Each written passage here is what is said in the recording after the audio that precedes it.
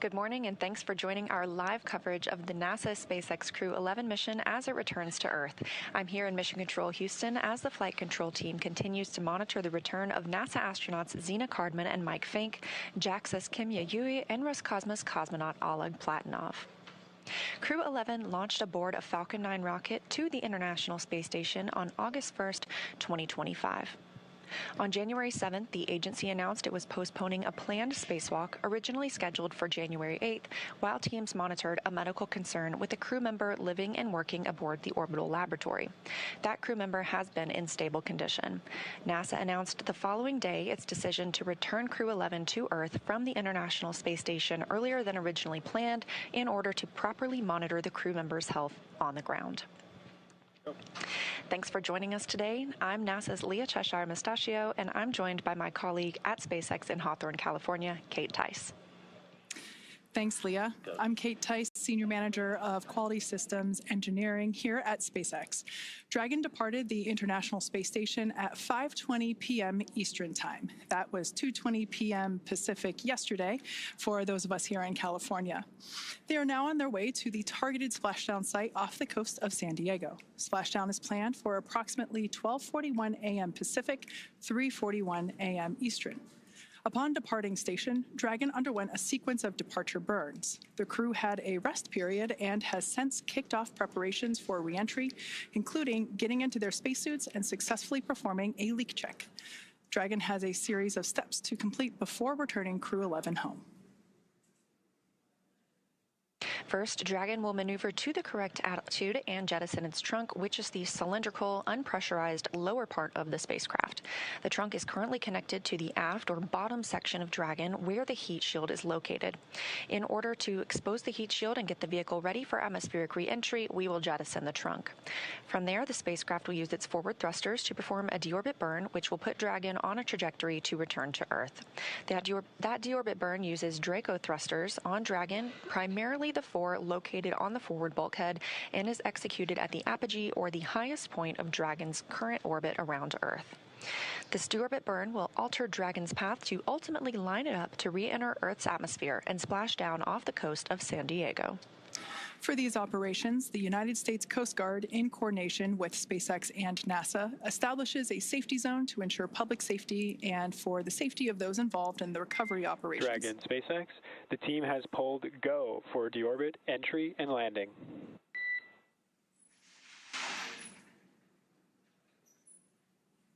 Dragon copies. Go for deorbit, entry, and landing. Great news there from SpaceX Core to our commander, Zena Cardman. Now, back to the recovery at hand, there are multiple notices that are issued to mariners in advance around the area and during recovery operations, and Coast Guard assets may be deployed to discourage boaters from entering the splashdown zone. Now, we want to stress to the public the need to respect this safety zone, as recovering a spacecraft from the water is a hazardous operation. Any other boats interfering increases risk to the astronauts in the spacecraft, the teams working to recover them from the water, and the safety of those that come too close. So for the safety of the crew and your own safety, we recommend that you sit back and watch on NASA TV and the SpaceX webcast, and we'll be bringing you the best possible views of our astronauts' homecoming. Now, once the crew returns to Earth, they will be flown to a local hospital for continued monitoring and checkouts using additional medical equipment not available aboard the space station. As NASA's Chief Health and Medical Officer J.D. Polk discussed last week, the crew member is stable and we were able to monitor their condition in orbit, but we want to take advantage of resources on Earth to provide the best care possible. NASA maintains relationships with local hospitals to ensure readiness for any post-landing needs, and for this return, we are utilizing that option as part of our normal preparedness process. Let's take a minute to meet our returning crew.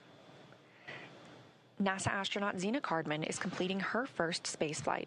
She holds a Master of Science in Marine Sciences from the University of North Carolina, Chapel Hill, and has experience with NASA research in the Canadian High Arctic. She has also supported real-time station operations and lunar surface exploration planning. Next up is NASA astronaut Mike Fincke, who is now a veteran of 4 space flights. He has spent 549 days in space, and that includes 9 spacewalks that total 48 hours and 37 minutes spent outside the orbiting lab. Fincke is a certified pilot for Boeing Starliner and SpaceX's Dragon, and a co-pilot and flight engineer on Soyuz, plus a mission specialist on the Space Shuttle. Exploration Agency, or JAXA astronaut Kimiya is completing his 2nd trip to the space station. He was selected as an astronaut by JAXA in 2009 and recently hit a milestone of 300 days in space. Rounding out the crew is Roscosmos cosmonaut Oleg Platonov, who was selected as a cosmonaut in 2018 and is completing his first spaceflight.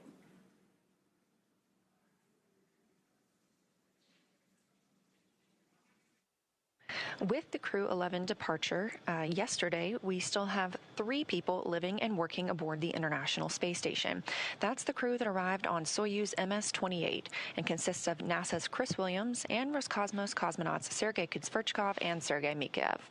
This Soyuz crew is slated to remain on the station until returning to Earth this summer.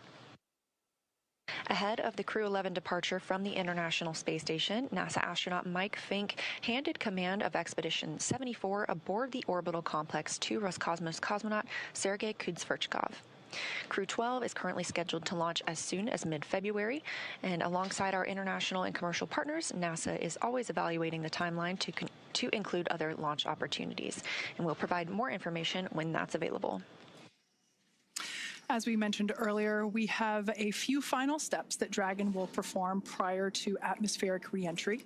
The slew, or the maneuver to deorbit burn attitude, and then the deorbit burn itself.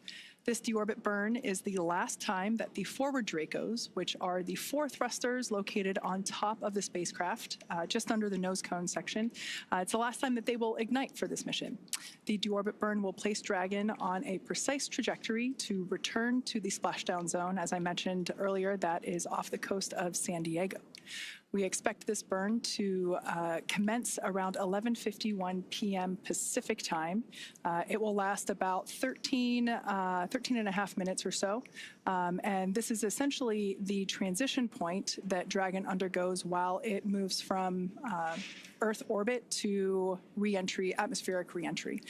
So it is the final moment in which we are essentially programming Dragon to fly itself back for its precise landing off the coast of San Diego.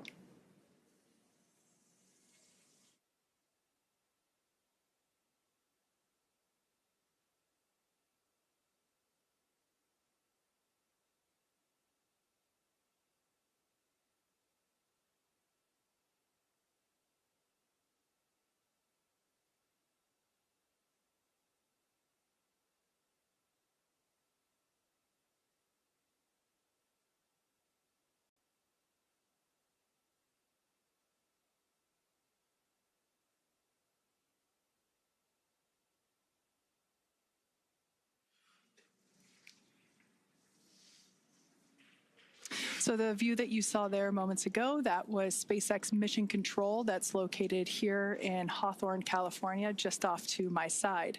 That is where our teams monitor Dragon, checking in on all of its systems to help make sure that the crew has a safe journey. Our team there in Mission Control will be following their progress all along the way. You can see operators there on console or on headset, and there are 6 key positions who are monitoring the health of the vehicle and the crew. The mission director, responsible for mission success, is in charge of the room. And then there's somebody that you've already heard once this morning. That person you'll hear talking to the astronauts throughout our operations today. You see them there on your screen. That is our SpaceX Core, which stands for Crew Operations and Resources Engineer. That is the singular voice to the crew. That person is responsible for translating everything that's going on in mission control around them and speaking and delivering those messages efficiently to the crew on board Dragon. Now, the other positions are focused on specific things like vehicle systems and navigation and control, avionics, software, propulsion, life support, and communications with ground segments.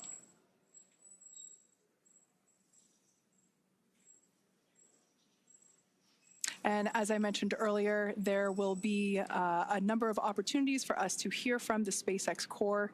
That is the person primarily responsible for communicating to our commander, Zena, and so she will be the person communicating back and forth with our crew here on the ground.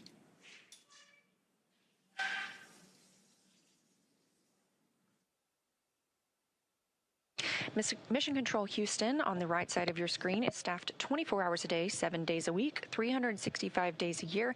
Currently, in the center of your screen, you see Michael Ellsworth. He is serving as the Capcom. He is very similar to the core, like you have in Mission Control at SpaceX, dedicated to talk to the crew members to streamline the communication, and that keeps the astronauts from needing multiple conversations on different subjects. Again, that stands for capsule communicator, but he is not talking with the Dragon spacecraft. This Capcom is speaking with the astronauts living aboard the International Space Station. Capcom sits right next to the flight director, and tonight we have Allison Bollinger on console.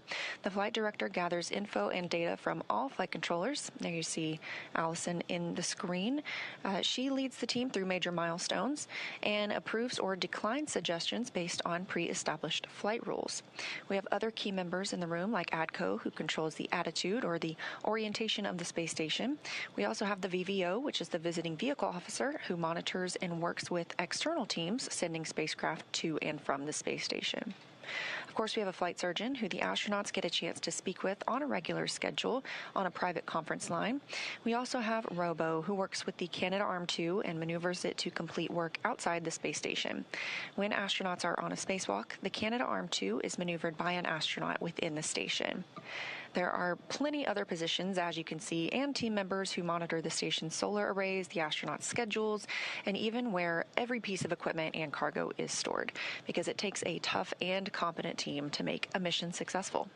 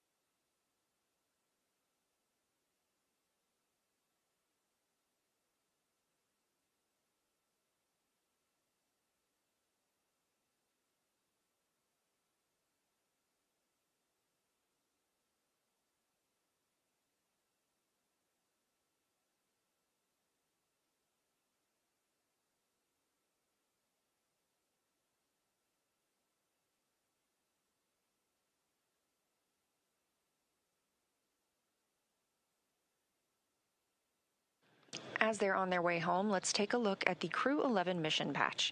This patch was designed by the crew, and its colors celebrate the 3 nations they represent. And the 3 stars honor their space agencies working together. 2 sunbeams form the number 11, shining on a tiny blue dot, which is our home on Earth. A dragon looks on, which is a nod to both the spacecraft and the spirit of exploration, while a red flame wraps around it all, symbolizing the full journey: launch, life in space, and today, a safe return home. And if you look closely, you'll see a tribute to their children in the stars, which is a reminder that missions like this inspire the next generation.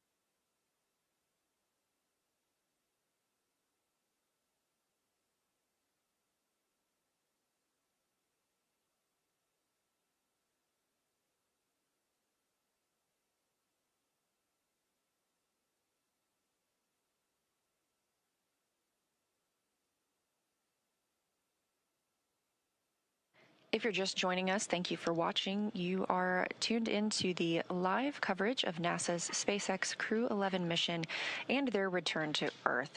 Again, we are expecting their splashdown at approximately 3:41 a.m. Eastern Time, but the next major milestone we're standing by for is the deorbit burn. That's at 2:51 a.m. Eastern Time.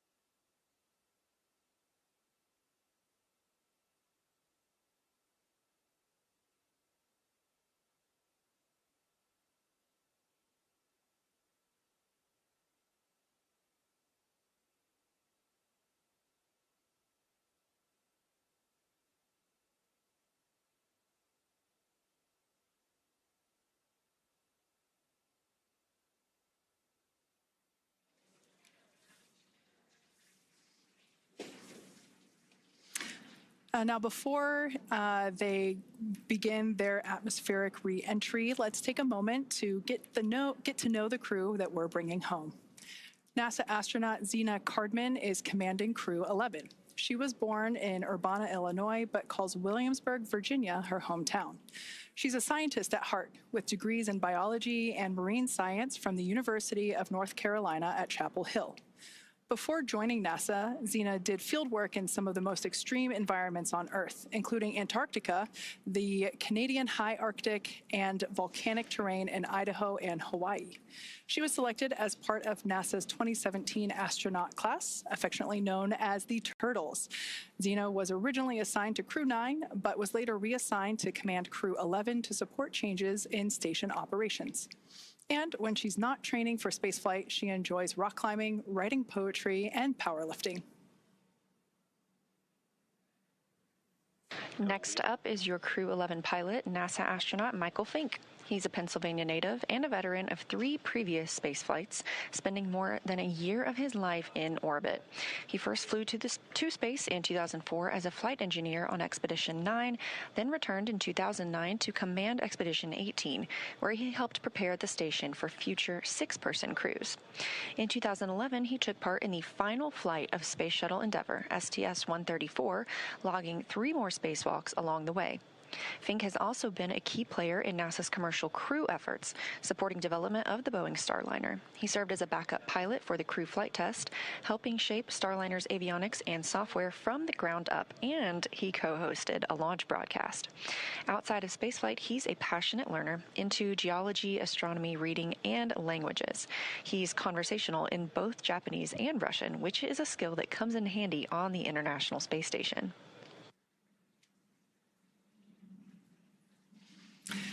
And your Mission Specialist 1 for Crew-11 is Kimiya Yui, representing the Japan Aerospace Exploration Agency, or JAXA.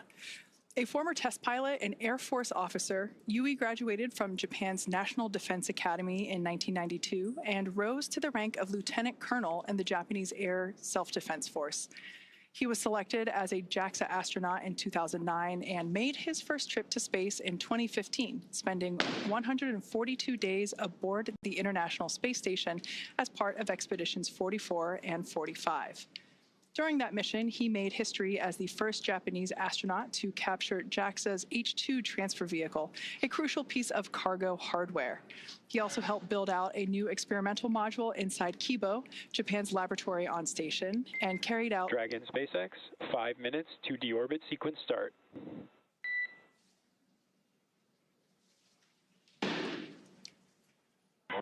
Dragon copies. All right, that was SpaceX Core, just letting the crew know that we're about 5 minutes away from the initiation of that 13-minute deorbit burn. Now, back to Kimiya Yui. He carried out experiments, 21 experiments, in fact, on behalf of JAXA while on board station. In 2016, Yui was named chief of JAXA's astronaut group, and today he's on his way back to space, or excuse me, is on his way back from space.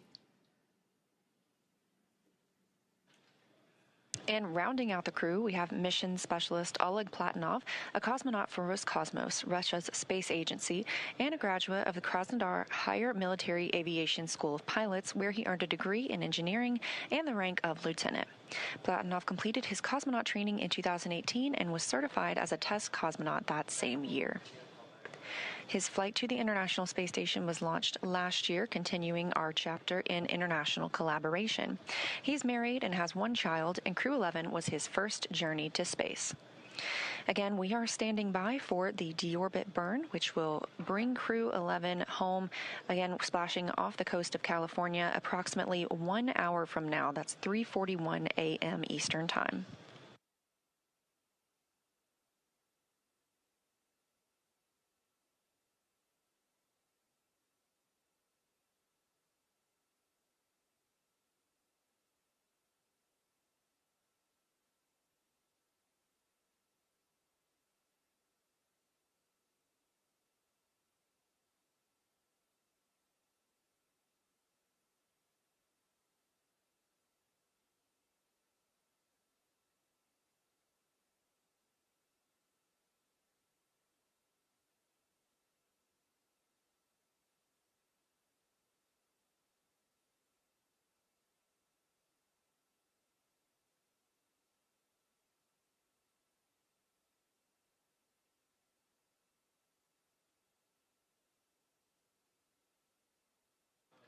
During their time in orbit, Crew-11 celebrated 25 years of continuous human presence aboard the International Space Station.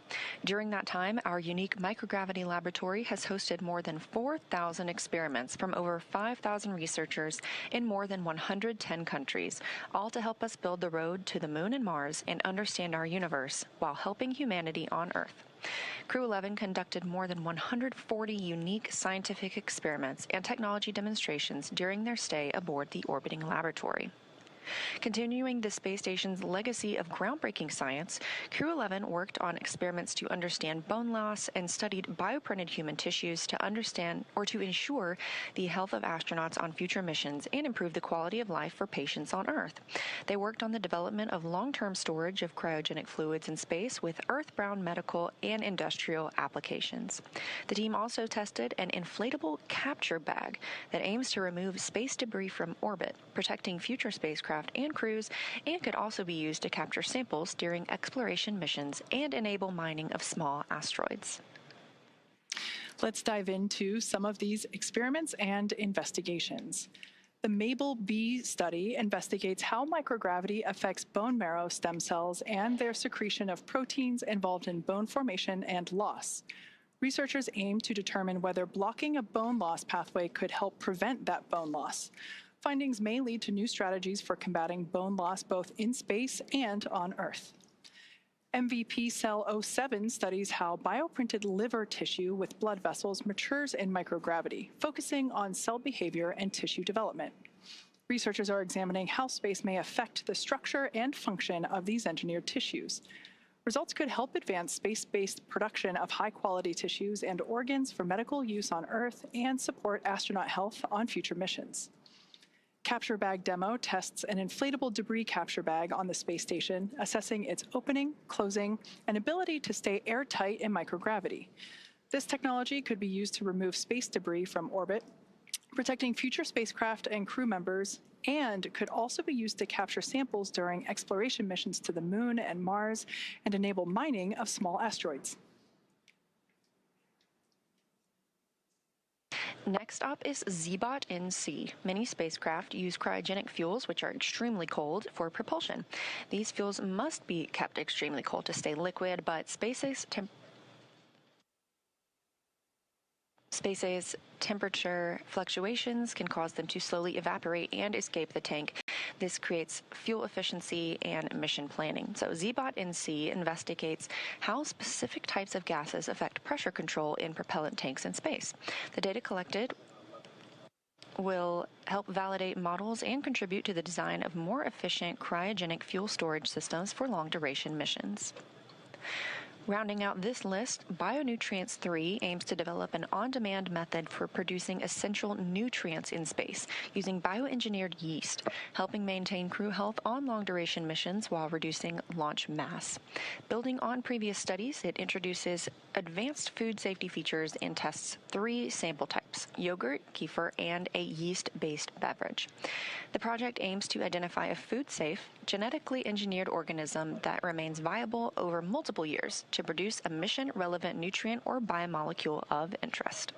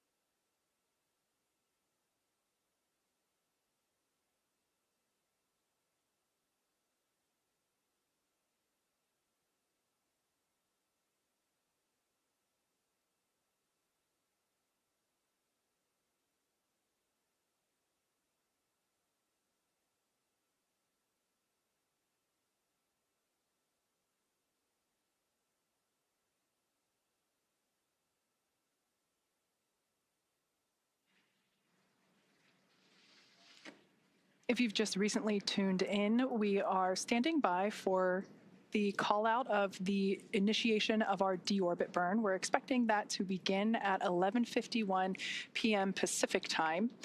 This is a 13.5-minute long burn that positions Dragon for its atmospheric reentry and splashdown off the coast of San Diego. So like I mentioned, we are standing by. That should be coming here in just a couple of minutes as we expect that to initiate at 11:51 p.m. Pacific time.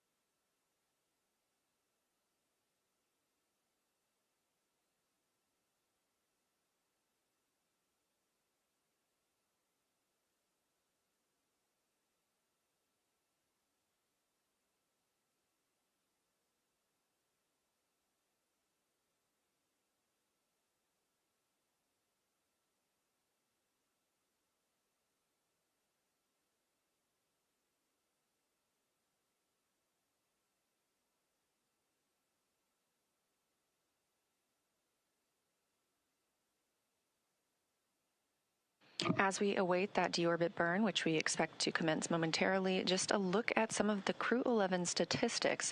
Their mission will last 167 days by the time they splash down, with 165 days spent on the space station. That means they traveled 2,672 orbits of Earth, which is over 70,856,752 statute miles. We're hearing about 30 seconds until that deorbit burn start. During their time in space, this crew saw a total of 5 arriving vehicles and the departure of 3 vehicles.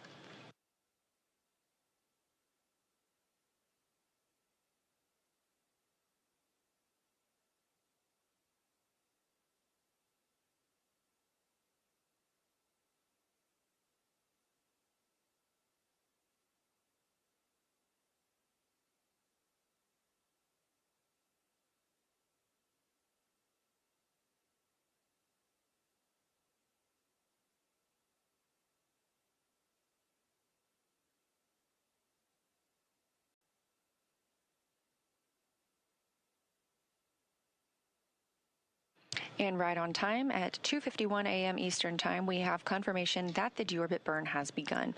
This burn is expected to last over 13 minutes.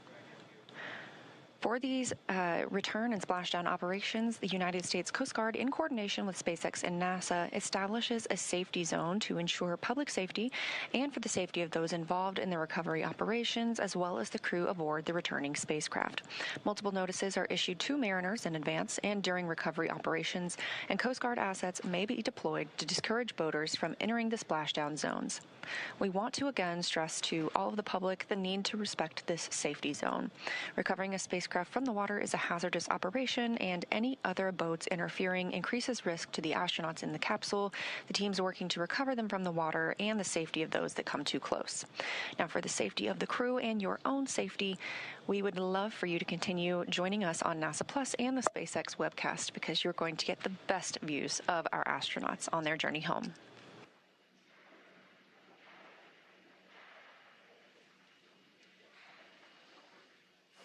Like Leah said, the best views will be coming to you here on our webcast. However, if you are in the Los Angeles area, the San Diego area there in Southern California, I do encourage you to step outside about 12:30 a.m. as you might be able to see the spacecraft actually re-entering on its way there back to the splashdown site. And if you're lucky, you might even hear a sonic boom. Now, as always, NASA and SpaceX jointly select our splashdown location, and for today, the primary recovery site is there off of the coast of San Diego. The selection process works with a lot of different variables, including the space station's orbital trajectory, what landing sites are available and have favorable weather, how much free flight capability that Dragon has for the trip home, and of course, the sleep schedule for the returning crew members. We'll start with calculating daily return options based off of the space station's current orbit and Dragon's capabilities to maneuver and line up for re-entry. The time from undock to landing at the primary site can vary from less than 6 hours to more than 39. For Crew-11 this evening, their journey is going to be about 10.5 hours in total. Of course, getting home the quickest comes with some obvious benefits, but we always have to make sure that the crew is properly rested for all these dynamic operations. And of course, that would prevent us from scheduling 20-plus hour days for them. Trajectory and ballistics experts provide the daily opportunities that would line up with the Dragon as it's coming back to the landing zones. And then we split them into what we call ascending and descending opportunities.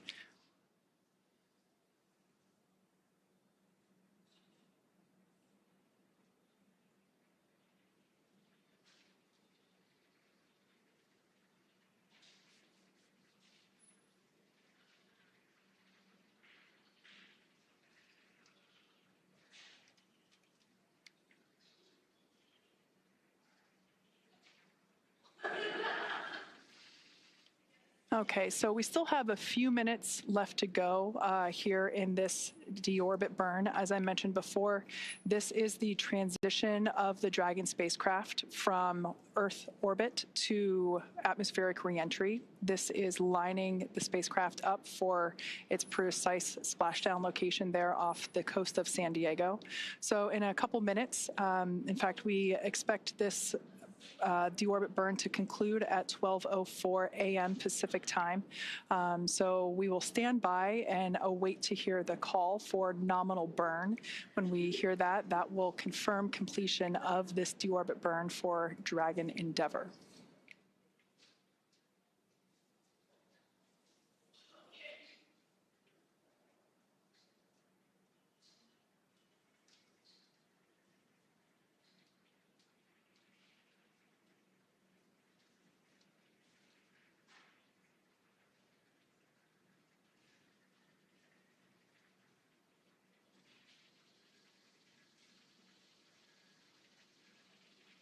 As I mentioned earlier, we will hear primarily the SpaceX core, or the Crew Operations and Resource Engineer.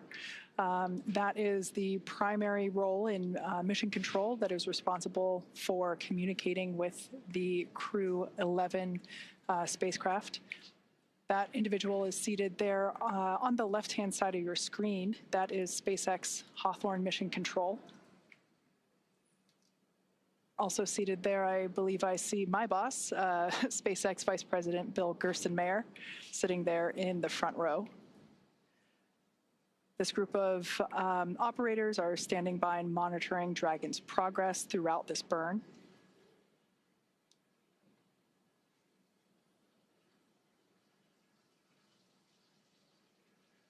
Now, this particular maneuver that Dragon Endeavour is performing, this deorbit burn, is utilizing the 4 forward Draco thrusters. We say forward because that indicates that that's basically the language indicating that they're located at the top of the Dragon spacecraft. These 4 Draco thrusters, this is the last time that they will be utilized for this mission. This deorbit burn will last for a total of about 13.5 minutes.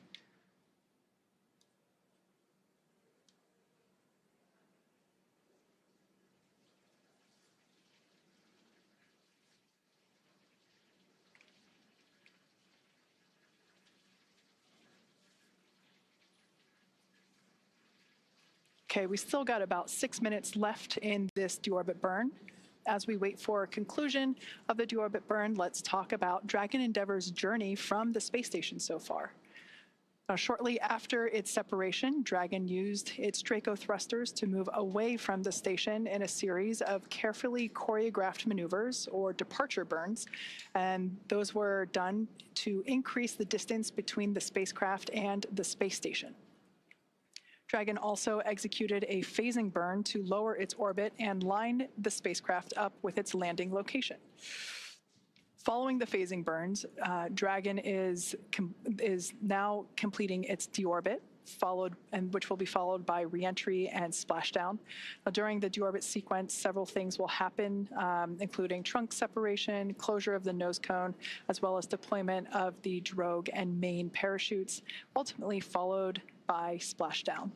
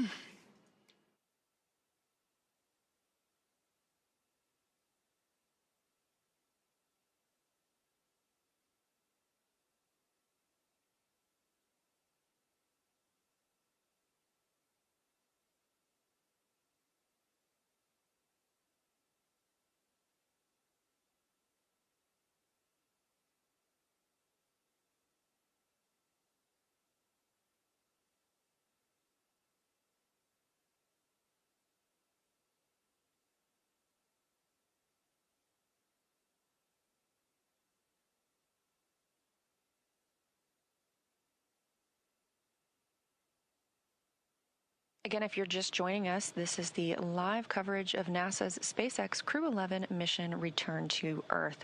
We are currently in the deorbit burn, which started at 1:51 a.m. Central Time, 2:51 a.m. Eastern Time. It's expected to last approximately 13 minutes, so we still have about 4 more minutes left of this burn. Once it's complete, Dragon will then proceed to jettison the trunk before it re-enters the Earth's atmosphere, exposing the heat shield on the base of the spacecraft and protecting the crew as they make their way toward the splashdown location.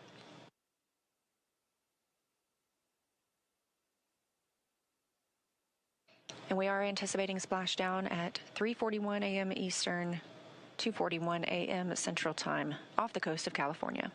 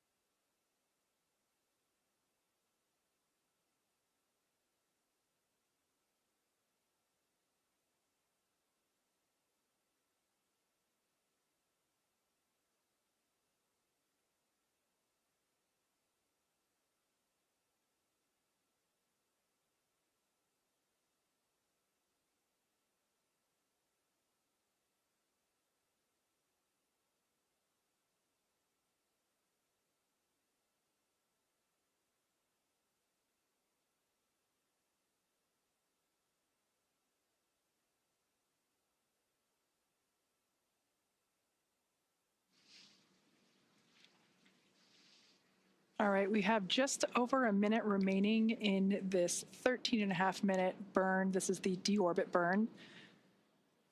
This is the final burn for the forward Draco thrusters. It is placing Dragon on its final trajectory to the splashdown location off the coast of California. We're targeting one of our 3 pre-designated locations. This one will be just off the coast of San Diego.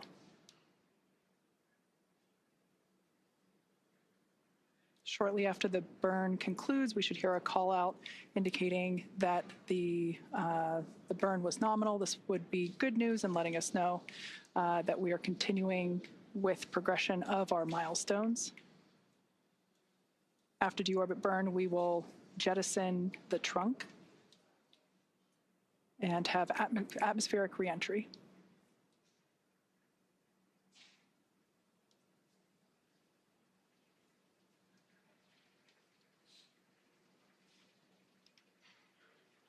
All right, so there's about 10 seconds left in this burn, so we're going to stand by and listen for that call out.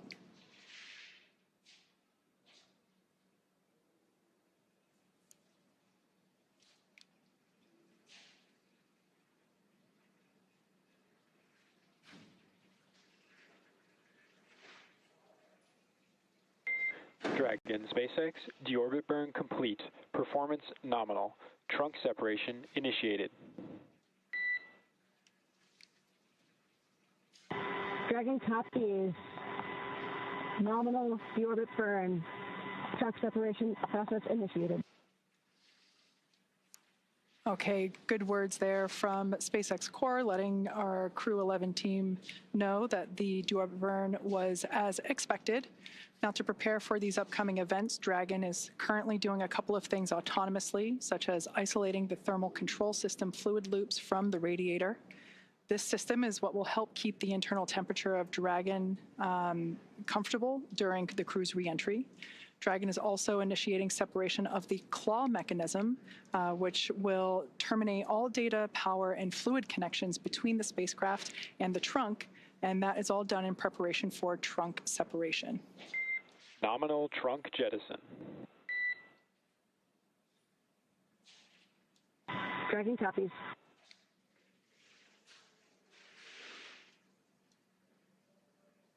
All right, great news there. We heard the call out for successful trunk separation. So that means that telemetry is looking good. The nitrox system is primed for cabin and suit cooling, and the heat shield is exposed and ready for atmospheric entry.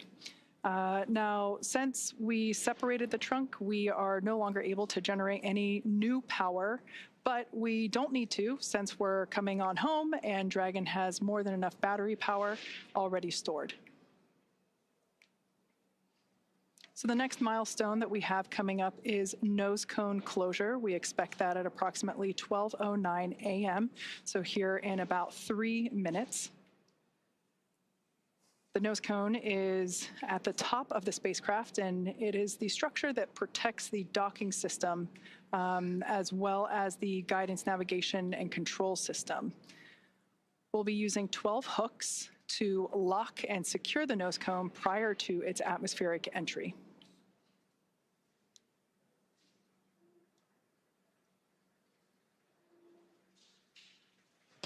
That's right. We are standing by for nose cone closure, expected just a few minutes from now. And as you can tell, things are picking up a little bit more quickly as we prepare for splashdown. Again, expecting that to come at 2:41 a.m. Central Time, 3:41 a.m. Eastern. So right now, Dragon is inhibiting those forward bulkhead Draco thrusters. We just used those to complete the deorbit burn, meaning they will not fire again, and ensuring it's safe to latch the nose cone for re-entry. The vehicle has, we are also anticipating it to initiate the nitrox suit purge. This helps keep our crew members, Zena Cardman, Mike Fincke, Kimiya and Oleg Platonov, cool and comfortable during re-entry, which we're expecting in about 20 minutes. At this point, the nose cone, we are standing by for that closure to begin, protecting that forward hatch for re-entry. And the crew will be able to use their screens to monitor the locking of the nose cone, which is done by that set of hooks. Underneath the nose cone is also the hatch that the crew members use to ingress and egress, also known as enter and exit the International Space Station while the spacecraft was docked. Now, once they splash down, they'll be using the side hatch to exit the spacecraft and onto the recovery ship. That side hatch is what they used to enter Dragon back in August when they launched to the space station.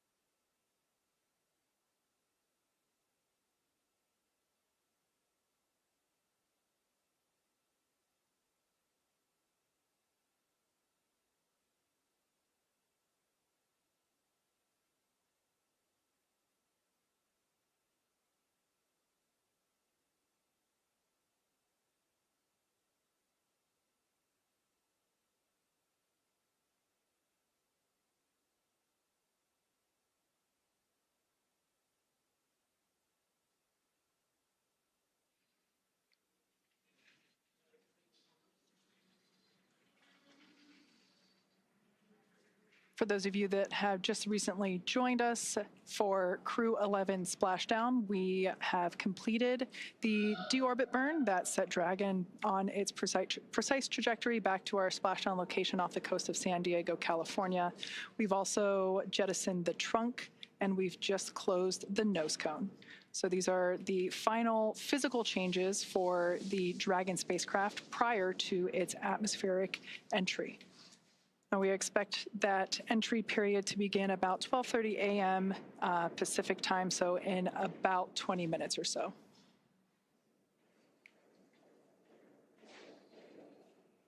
We also expect the crew to receive their final entry briefing. This is where the SpaceX core will communicate any changed details, such as timeline shifts to the anticipated loss of signal and acquisition of signal, as well as the entry period.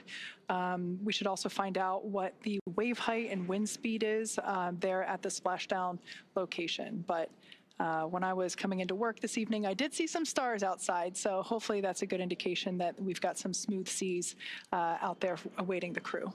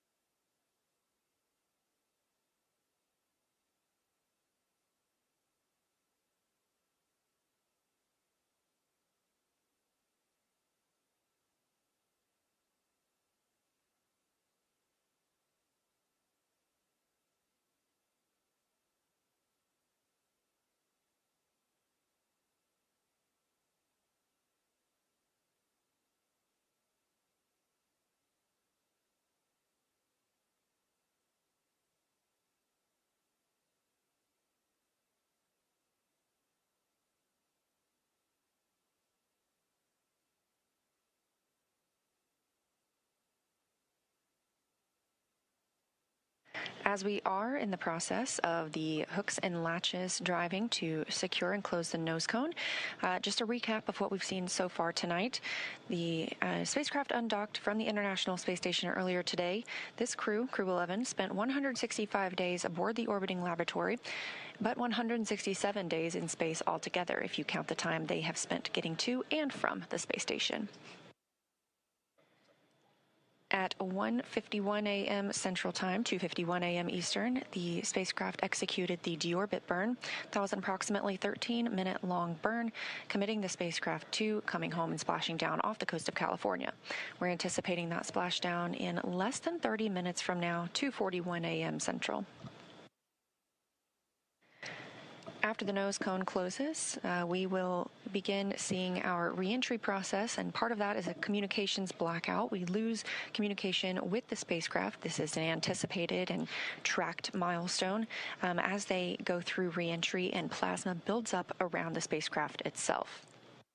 We do regain that communications shortly thereafter, and following that, we anticipate seeing drogue parachutes deployed. There are 2 of those, as well as 4 main parachutes, slowing down the spacecraft to a splashdown time of, again, 2:41 a.m. Central Time. So we're just standing by for confirmation of nose cone closure.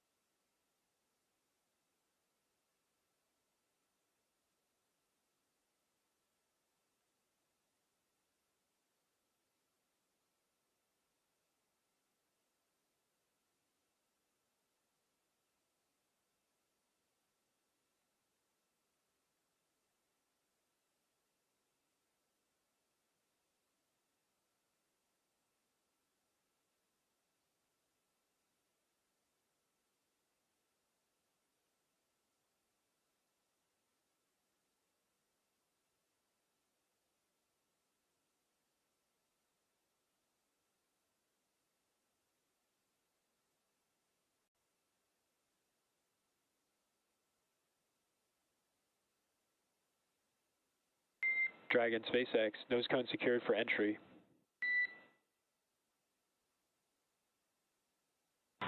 Dragon.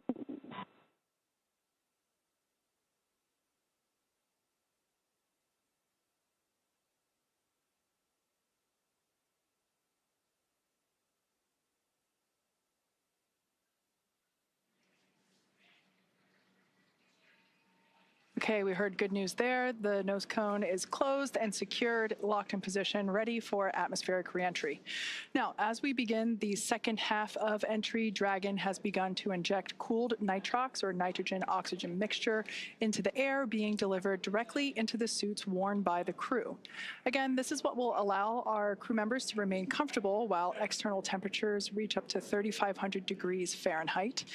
Meanwhile, the heat shield is pointing forward, essentially leading Dragon to our landing site just off the coast of San Diego, which is important as it will be doing a lot of the work during this reentry. So let's talk a bit more about the heat shield. Dragon's primary heat shield is comprised of Pica 3.0, which stands for Phenolic Impregnated Carbon Ablator. Now, the first-gen Pica was actually initially developed by NASA for studying and sampling comets within our solar system.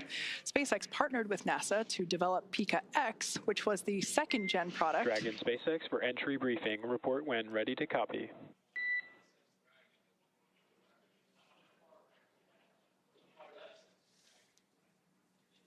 Ready to copy. Okay, starting with timeline. We're completely on time for the previously briefed timeline. Splashdown period displays at 0841 Zulu. COM blackout start 0828. Blackout end 0835. How copy?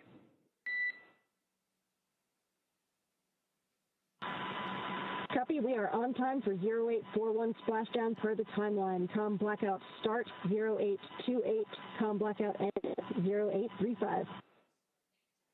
That's a good readback. We have a nominal vehicle status. We're tracking an on-target arrival to San Diego with pristine weather conditions for splashdown. Recovery team is on site and ready to support.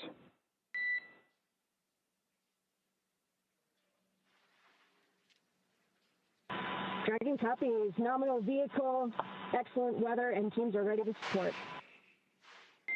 And with that, please report when tablets are secure, restraints are tightened, and visors are down.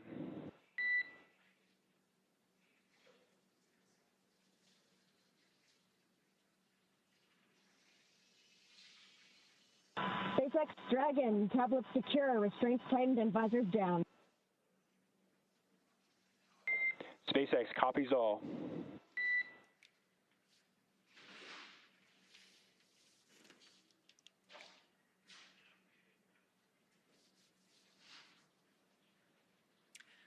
All right, so as expected, that was our entry brief to the crew, letting them know that there were actually no updates to the anticipated timeline this morning. So that's great news. Everything is looking well on timed with our anticipated timeline. So as we mentioned before, we expect our anticipated loss of signal to occur around 12:28 a.m. Pacific. So in just about 8 minutes from now, we will have, we anticipate that signal to be regained or anticipate that signal to be acquired again at 12:35 a.m. Pacific time. Now, sometimes we are able to hail the crew a little bit earlier than that. Sometimes we get those communications back. And then once again, splashdown at 12:41 a.m. Pacific. So again, if you're in Southern California, head outside and look up. Now, let's get back to talking a little bit about the heat shield. As you know, we're talking about this signal loss, and that's due to part of what's going on with that heat shield. So SpaceX partnered with NASA to develop the second generation heat shield product, and that was actually used on all of the Dragon 1 CRS missions that resupplied the space station on 20 missions.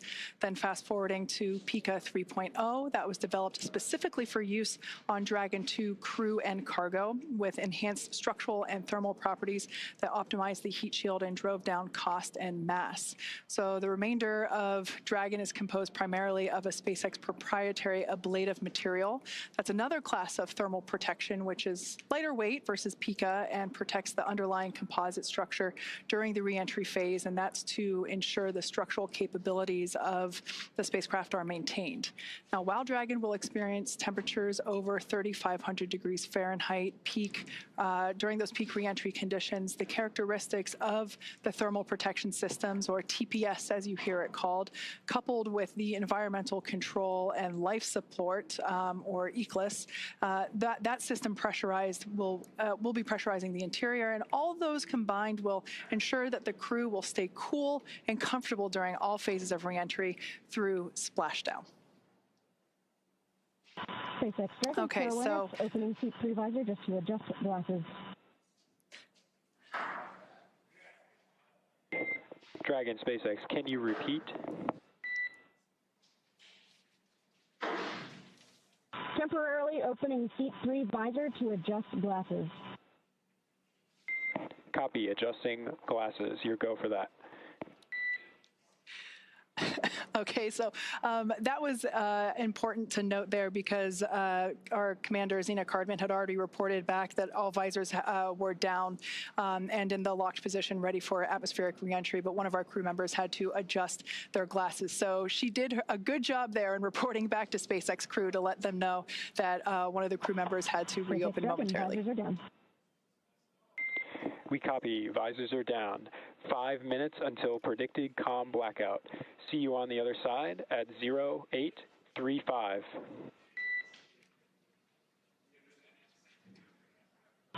Copy 0835. Talk to you soon.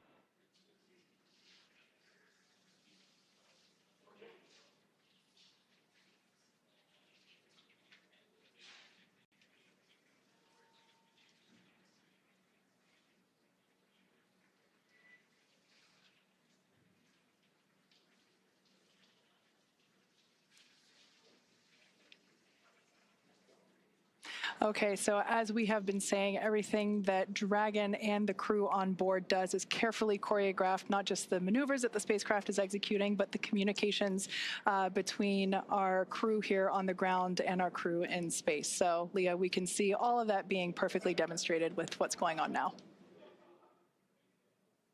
Absolutely, and we are standing by for the reentry portion when we expect to lose communications with the spacecraft, but we will regain that communication after they have begun re-entering the atmosphere. So once Dragon has re-entered the Earth's atmosphere, a series of parachutes will deploy to slow the crew's descent.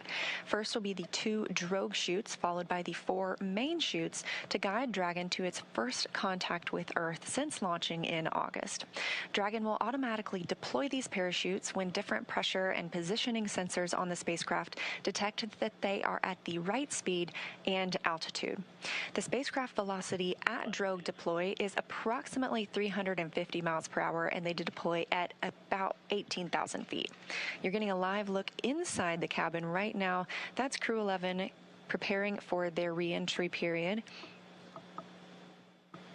Again, having spent 165 days aboard the space station, and when they splash down, capping a 167-day mission. Before they can splash down, though, a little bit more about those parachutes. The next that we will see deploy will be the main parachutes. There are 4 of those.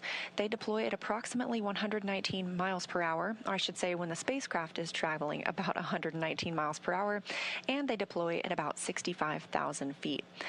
And at splashdown, Dragon is traveling approximately 16 miles per hour, which is a pretty good deceleration from the about 17,500 miles per hour that they were traveling while in Earth orbit with the International Space Station.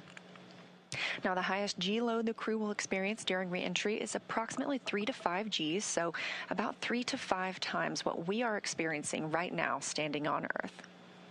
This view is over the shoulder of Commander Zena Cardman and pilot Mike Fincke of the Crew-11 spacecraft.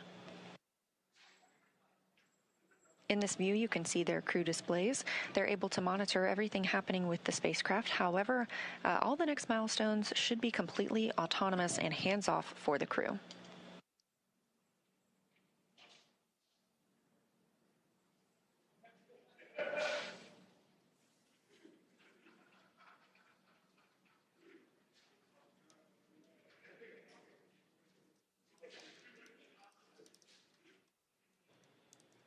We can preview the fact. And we just heard that the crew is in entry attitude, and we are anticipating losing this view and losing our audio communications with the crew in just a minute or so as they enter this entry interface. They'll be traveling and experiencing heat outside the capsule at approximately 3,500 degrees Fahrenheit. And as they are traveling and re-entering Earth's atmosphere, a plasma builds up around the capsule that prevents us from communicating back and forth with the crew. We expect to regain communications with them about 7 minutes later, but we're still getting great views right now.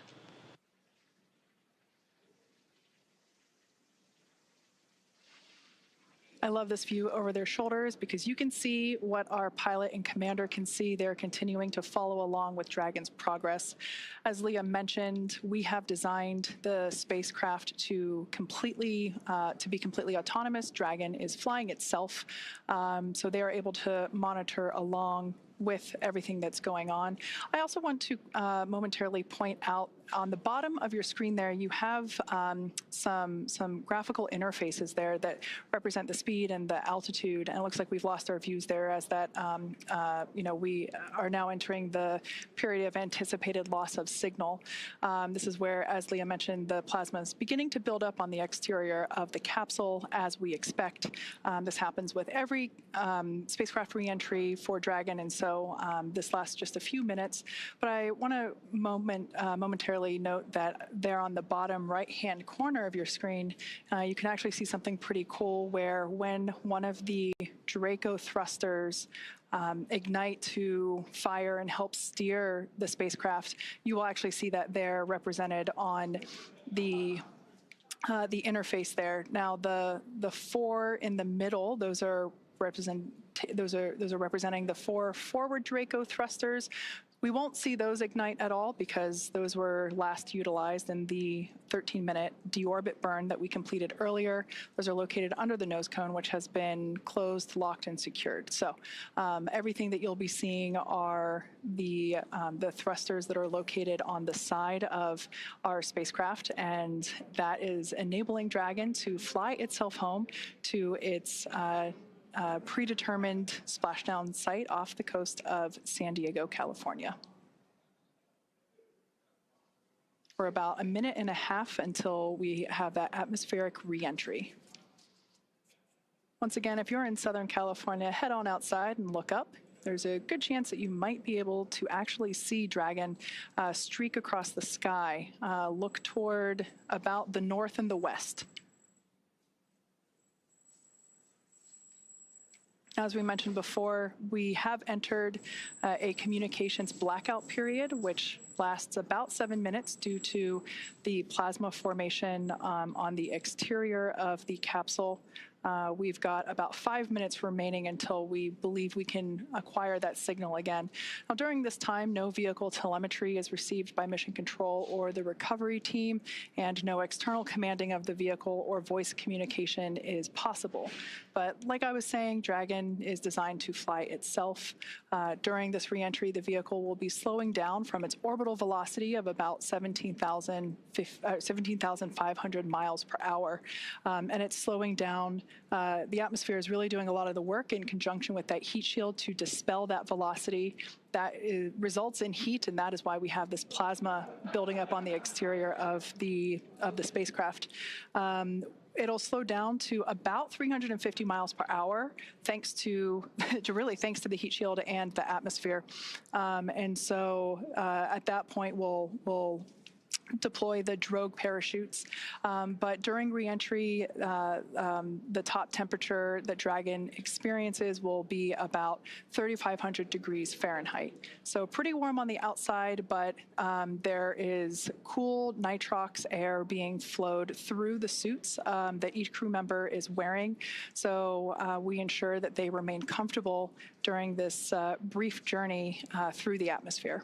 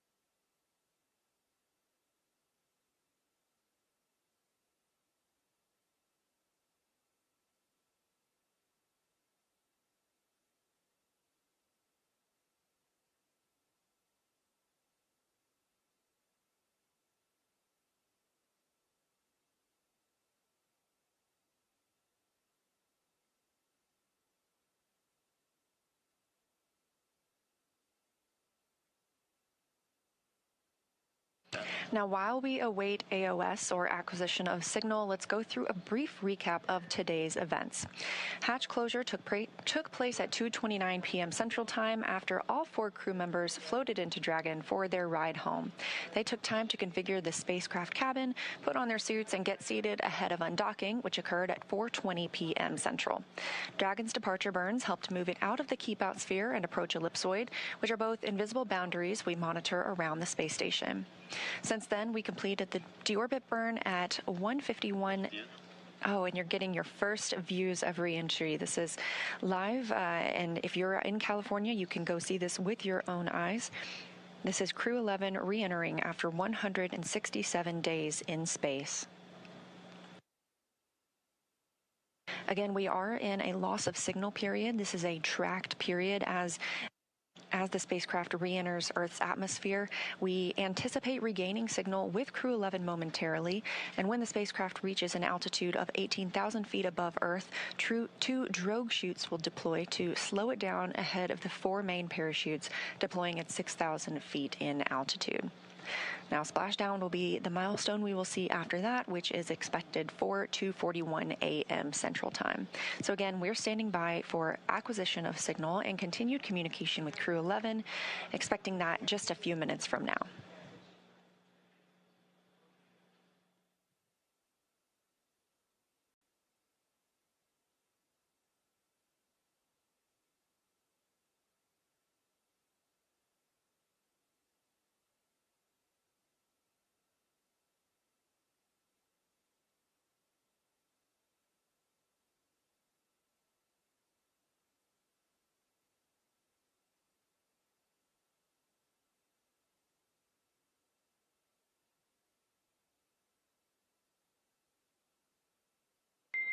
Dragon SpaceX, comm check. SpaceX Dragon, loud and clear. We have you the same, loud and clear. Expect automated chute deployment. Copy, automated chute deploy expected.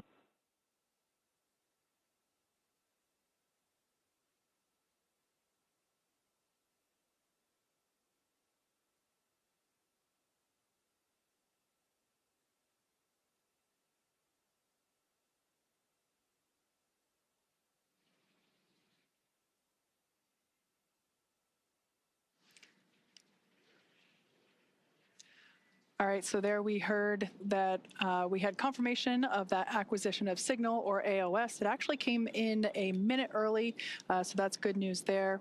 We heard the core inform the crew to expect drogue parachute deployment that happens when Dragon senses the right speed and altitude. So that's roughly about 350 miles per hour and around 18,000 feet in altitude. There we have a view from... GPS converged. Expect nominal altitude for drogue chute deploy. Dragon copies, expecting nominal altitude. So we'll have that drogue deploy in about a minute from now, but we have our first views from the WB-57. This is a high-altitude tracking plane that is providing these thermal signatures via infrared. This is really cool to see here as we continue to track Dragon on its way back to planet Earth.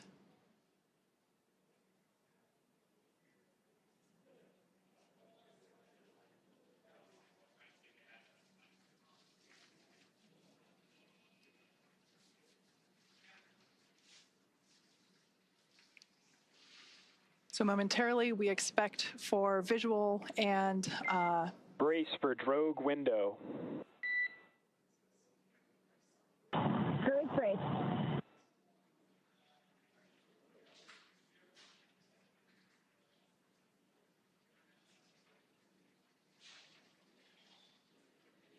Dragon has safed the propulsion system as we anticipate drogue deployment any moment now.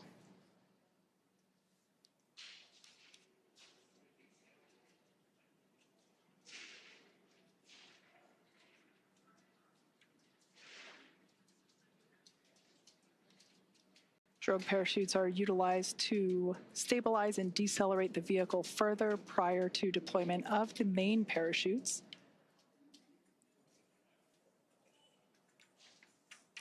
Drogue should be deploying here in a couple seconds, and mains will follow in about 1 minute.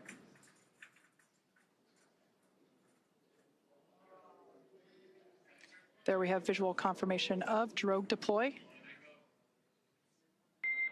Visual, 2 healthy drogues. Kind of a cool shot. Copies. I think we had the recovery vessel in the background there just momentarily. Main parachutes deploying in about 20 seconds.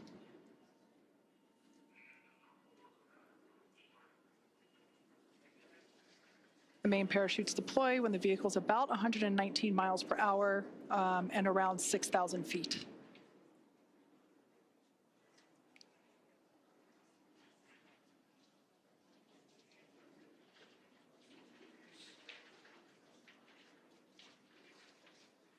There we can see visual confirmation of deployment of the 4 mains. Visual, 4 healthy mains.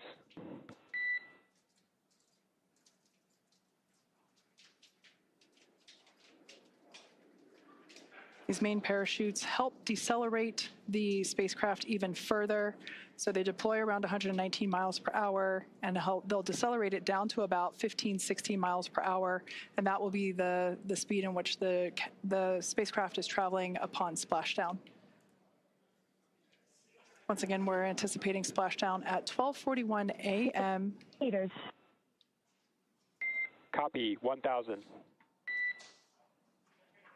We'll now begin to hear Crew-11 Commander Zena Cardman call out the altitude from her seat there in Dragon Endeavour.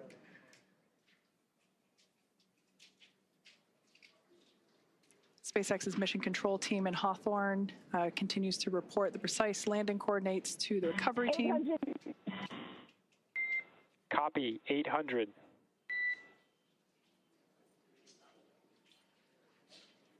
Those main parachutes now fully reefed or inflated. We ensure that the parachutes inflate over a few seconds to help reduce the shock to the system. 600 meters. Copy, 600.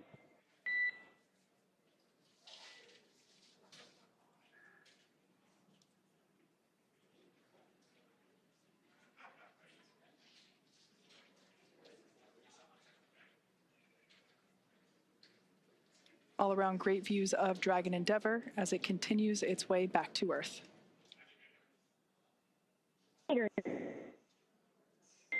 Copy, 400. Crew are braced.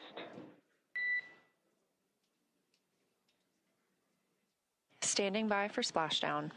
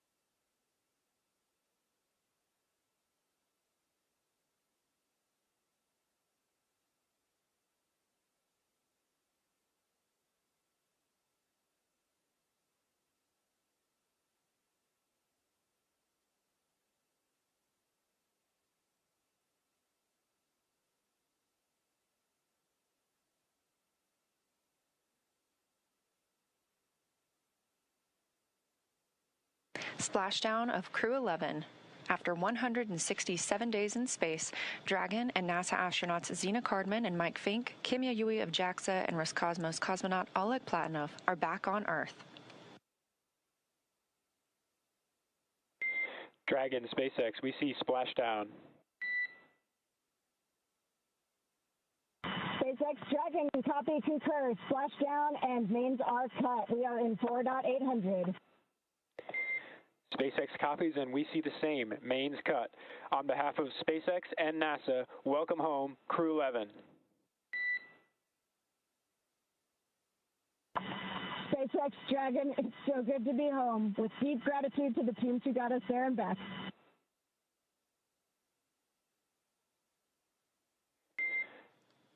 vehicle safety verifications in progress. We'll report back when recovery personnel are en route.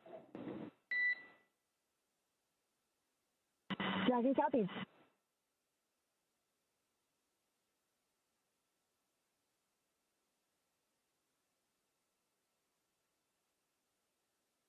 Again, we have splashdown of NASA's SpaceX Crew-11 mission, a 167-day mission, 165 of those being spent on board the International Space Station, now splashing down off the coast of California. That splashdown coming right on time at 2:41 a.m. Central Time. The SpaceX recovery ship and team has been waiting for Dragon splashdown, and they will now begin making their way to the splashdown location.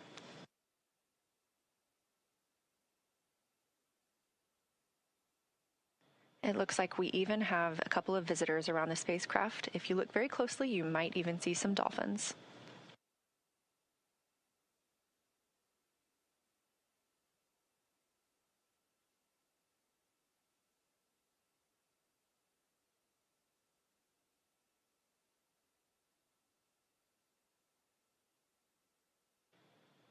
Again, a return by the books for Crew-11, having splashed down at 2:41 a.m. Central Time off the coast of California. We will now begin moving into the recovery process. We'll see the boats begin to approach and inspect the spacecraft by checking for hypergol and other ordnance checks. They will begin to rig the spacecraft and prepare it to be lifted on that recovery ship. And this is a great view of some of those boats that go out and check the spacecraft. They are going to be sniffing it, essentially, for these hazardous fuels that can linger once the spacecraft has re-entered Earth's atmosphere.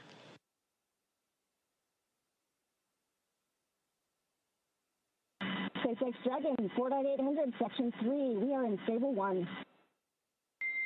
SpaceX copies. Stable 1.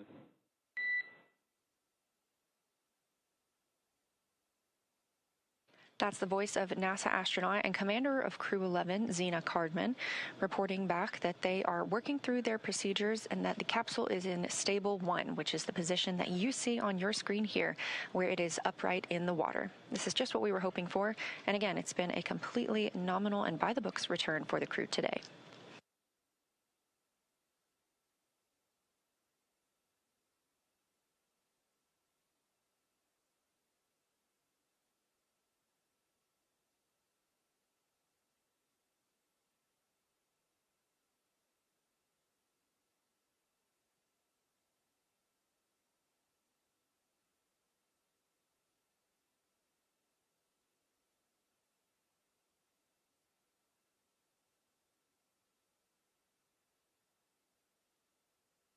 This is a live view of Crew-11 aboard Dragon from the SpaceX recovery vehicle, or from the SpaceX recovery ship.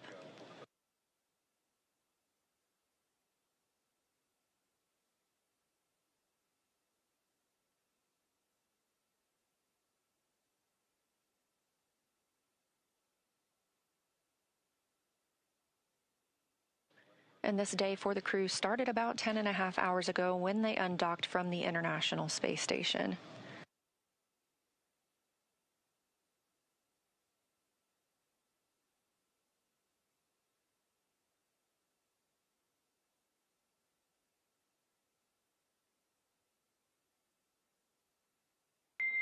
SpaceX Dragon, recovery SpaceX. teams have been given the go to approach. SpaceX is go for recovery personnel to approach. Expect personnel alongside in 1 minute. Copy, 1 minute. Thank you.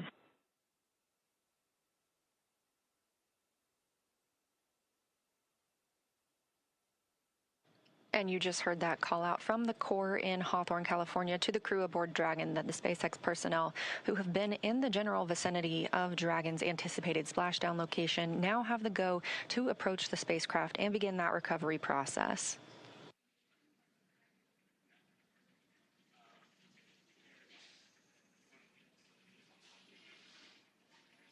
All right, so as we heard, we are now standing by for recovery of the Dragon Endeavour spacecraft with NASA astronaut Zena Cardman and Mike Fincke, Kimiya Yui of JAXA, and Roscosmos cosmonaut Oleg Platonov, who are inside that spacecraft that you see there. Now, Dragon has already, I would also like to point out, we've got some folks here are approaching the spacecraft now that they have gotten the okay for the approach. They're on some fast boats there. This is the SpaceX recovery team. Personally, one of my favorite teams to work with here at SpaceX. They're a really scrappy crew, and they're going to work really quickly here to get the Crew-11 team out of the water. And it's always a lot of fun to watch these operations proceed. Now, Dragon has already autonomously completed several steps to safe itself following splashdown. For those of you that perhaps just joined us, the return has gone very smoothly so far, as Leah had mentioned. The Dragon successfully splashed down off the coast of San Diego, California at 12:41 a.m. Pacific time, 3:41 a.m. Eastern time. Approximately 10.5 hours prior to splashdown, Dragon autonomously undocked from the International Space Station, completed a series of departure burns, jettisoned its trunk section, and performed its final burn, which was the deorbit burn, and that placed itself on a trajectory toward Southern California, specifically off the coast of San Diego. So Dragon successfully re-entered the Earth's atmosphere, followed by deployment of its parachutes to slow the spacecraft down to a gentle splashdown. So we're now going to follow the final part of the crew's journey as the Dragon spacecraft is lifted out of the water and placed on the recovery boat. So we see here the recovery team beginning to prepare. One of the most important steps will be to Dragon SpaceX, hypergol sweeps and unfired ordnance checks, nominal. Rigging in progress, approximately 25 minutes until capsule lift. Stand by for PMC. The next call you hear will be from SpaceX flight surgeon on Dragon to Ground Private. Dragon copies. 25 minutes until lift. Standing by for PMC. All right, we heard there that the crew will have an opportunity for a private medical conference with the flight surgeon. That is standard for all of our crew returns. That will be done on a private channel. Great view here from the drone. This is our first look at the front side of Dragon Endeavour. I love this view because you can see the lights on the inside. This crew member here is actually on the capsule, beginning to place the rigging required for the lift onto the large recovery vessel. This takes a few minutes to essentially lasso and wrangle the Dragon capsule as it gently bobs there in the water.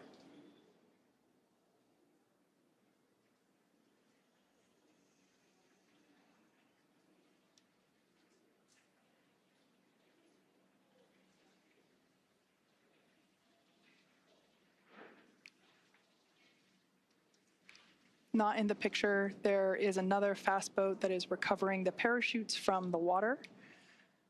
Those were automatically cut or released from Dragon upon splashdown, and we retrieved those from the water. This fast boat here is helping to assist the rigging of the required straps and equipment for the spacecraft recovery.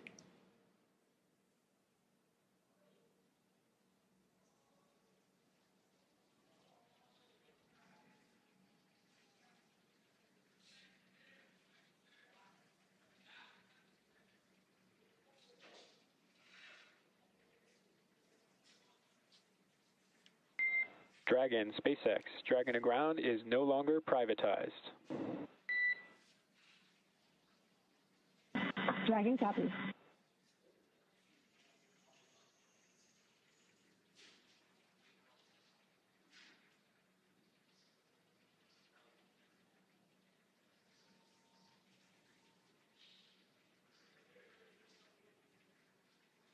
SpaceX recovery team continues to maneuver around Dragon Endeavour as we continue progress of placing the recovery straps required in order to safely lift the spacecraft out of the water.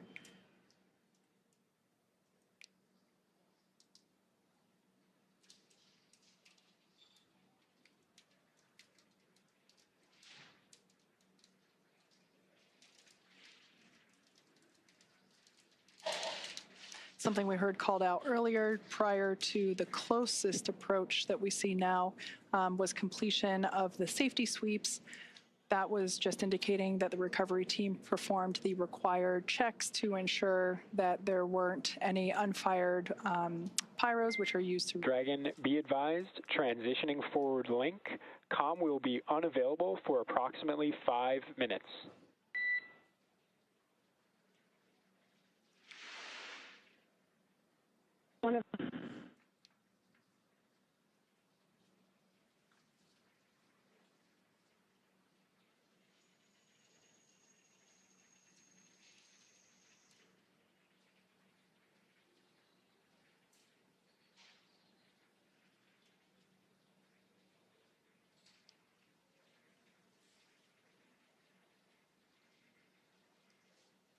Earlier, prior to atmospheric reentry, we heard SpaceX Core report to the crew during the, during the entry brief that recovery conditions were almost pristine, and he was not joking.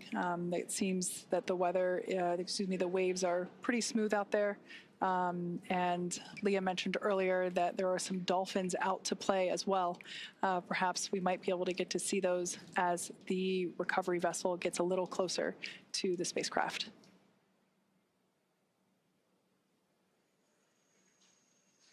On your screen now are our operators at SpaceX Mission Control. They continue to monitor Dragon Endeavour during these recovery operations, as well as communicate directly to the recovery team. Everything is carefully coordinated within our procedures, and here you see folks that are responsible for individual portions to ensure that everything is executed as planned.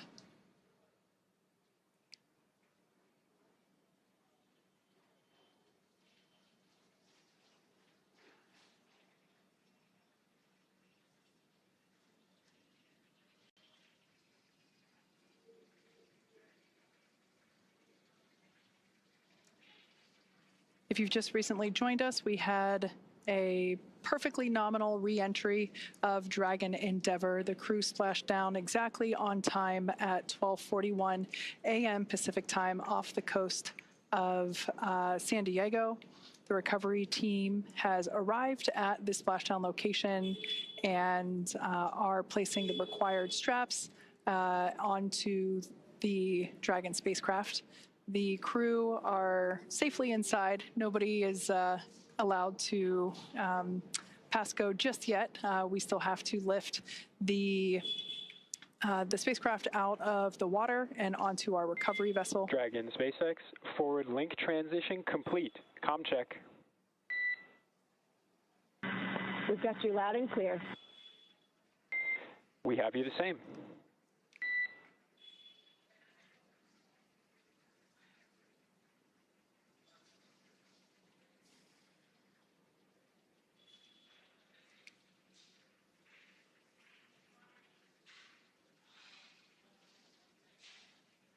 Hopefully we'll be able to bring those views of the recovery team back.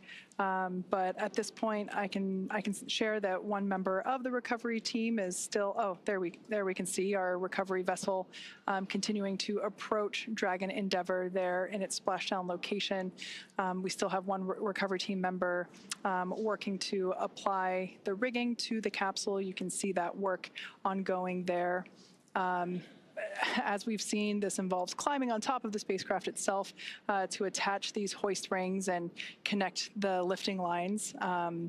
Overall, the progress tonight has been very smooth and very rapid. Depending on the sea state, it can take us a little bit longer, but things are really smooth this evening, and the recovery team is very efficient. It takes us less than an hour to raise Dragon onto the recovery vessel and remove the crew from the spacecraft. After initial medical checkouts, the crew will return to land within 4 hours by helicopter. So everything continuing to proceed as scheduled and as anticipated.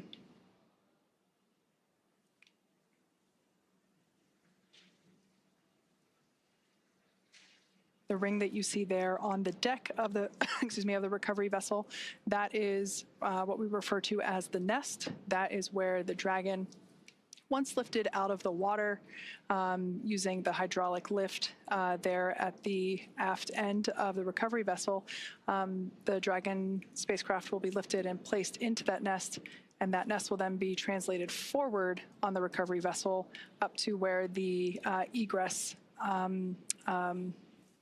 the egress bay is located.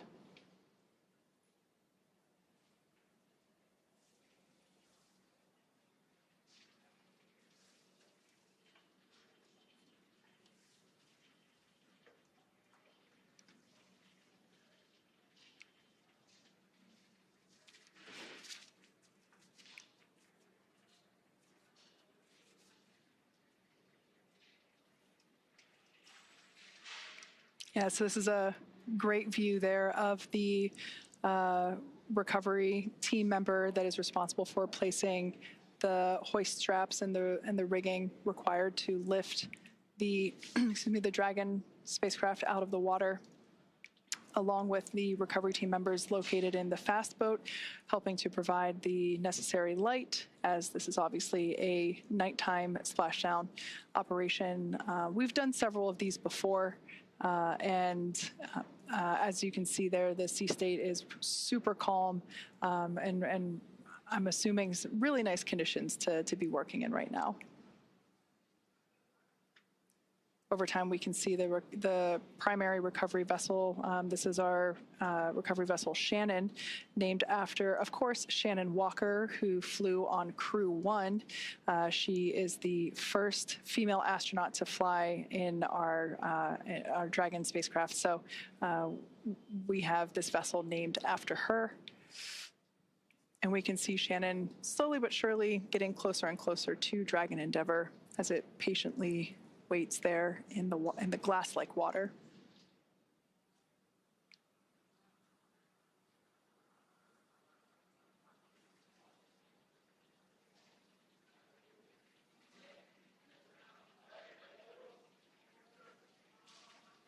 Once all the required straps and rings are in place and the recovery vessel is in its location and everything is attached, we'll actually see that recovery team member jump off from the capsule and into the water. It's one of my favorite moments of the recovery process.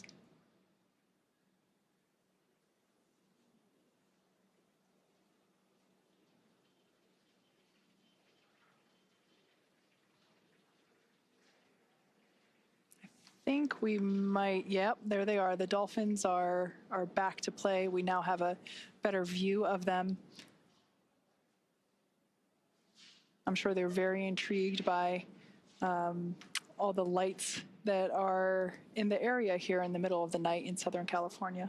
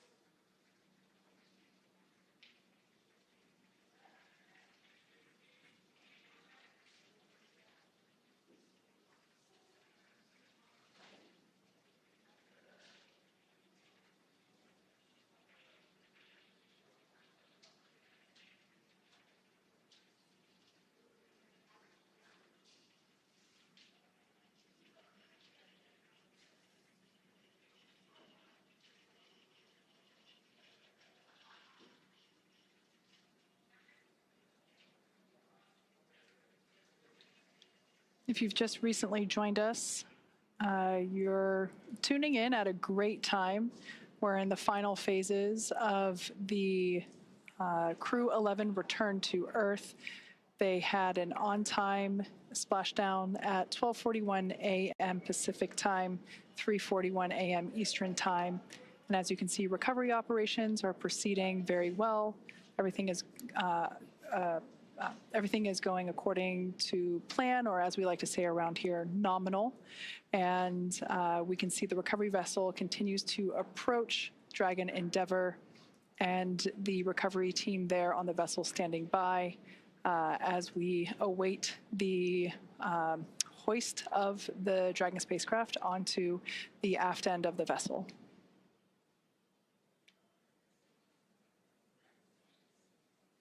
I can say once we make the final approach here to the Dragon spacecraft, the hoisting actually happens. It always takes me by surprise just how fast it is, because you can't really see the full size of the hydraulic lift or hoist there at the aft end of the recovery vessel, but it's pretty big and pretty strong. So we're able to lift the spacecraft out of the water. We can see there that the lines, the guidelines are attached, and they're going to line everything up here for the final approach and ultimately the lift into the nest there located at the back of the vessel.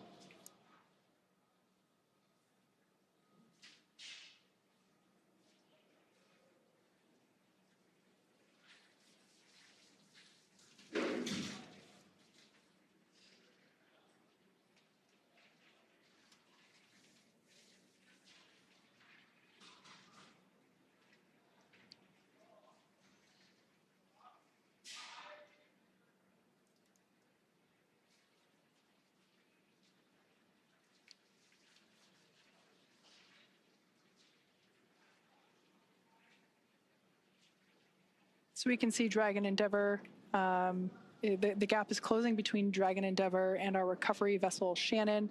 Once again, we had an on-time splashdown off the coast of San Diego, California, that occurred at 12:41 a.m. Pacific time.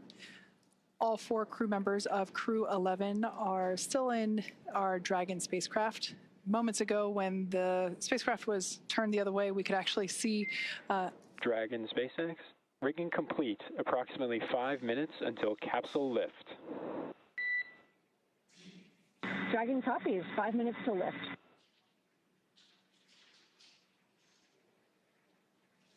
All right, good call out there. Just keeping the crew there inside Dragon Endeavour apprised of the timeline.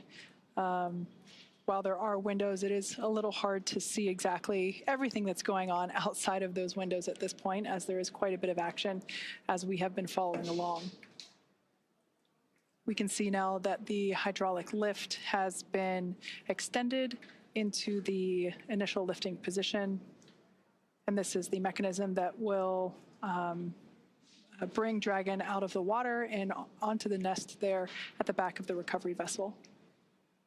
We'll also see the recovery team member. I think you can still, yeah, you can still see them there on the front. They're actually standing in the bay where the main parachutes are stored.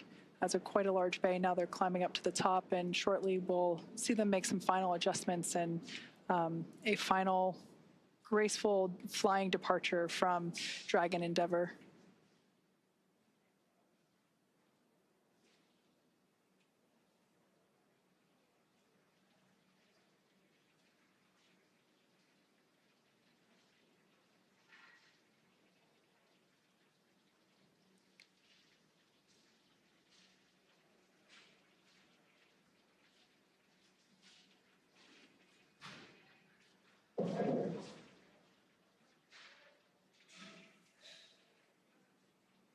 Brace for capsule lift.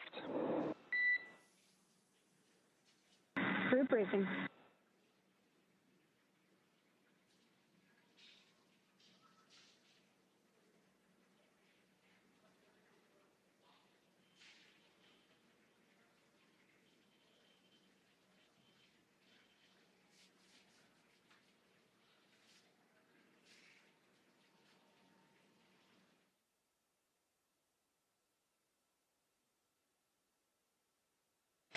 Now, as you can see, the recovery teams are preparing to lower the vessel's hydraulic lift mechanism, and that's going to bring the spacecraft into the on-deck translation system, also known as the nest.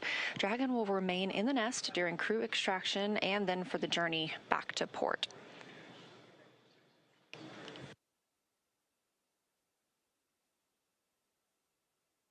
Again, all of this coming right after splashdown at 2:41 a.m. Central Time, right on time, and a really expedient recovery, partially thanks to the calm sea states and great weather that is out in the San Diego area right now, but also due to the swift and very well skilled and practiced efforts of the NASA and SpaceX recovery teams.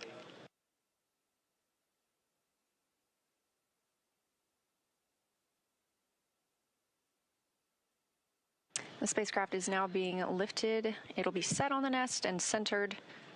It'll be oriented so that the side hatch is facing forward for the crew to egress. It'll be moved into the hangar underneath that helipad that you see illuminated in green on the top of the ship, and then pulled towards the mezzanine area so that the crew can be helped outside of the hatch.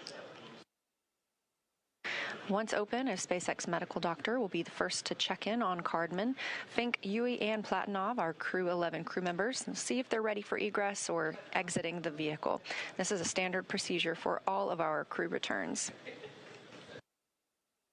This view coming from the recovery vessel, as you see Dragon, and at the very bottom, that is the nest in which we were discussing, and that's where Dragon will remain now and all the way back to port.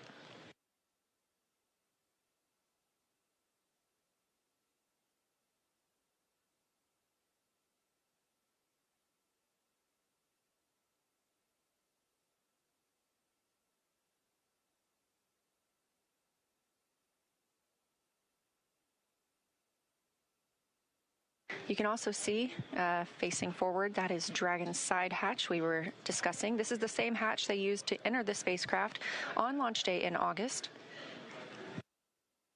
And of course, this is different from the top hatch. You can not see that because it's underneath the nose cone at the very top of the spacecraft. We've been following along all the way through deorbit burn and nose cone closure tonight. That top hatch underneath the nose cone is what the astronauts and cosmonaut used to enter and exit the International Space Station while Dragon was docked. So before we open this side hatch, the spacecraft's cabin pressure must be equalized with the outside environment. And of course, once that hatch is open, this will be the crew's first breath of fresh air back on Earth since boarding their spacecraft at the start of their journeys back in August.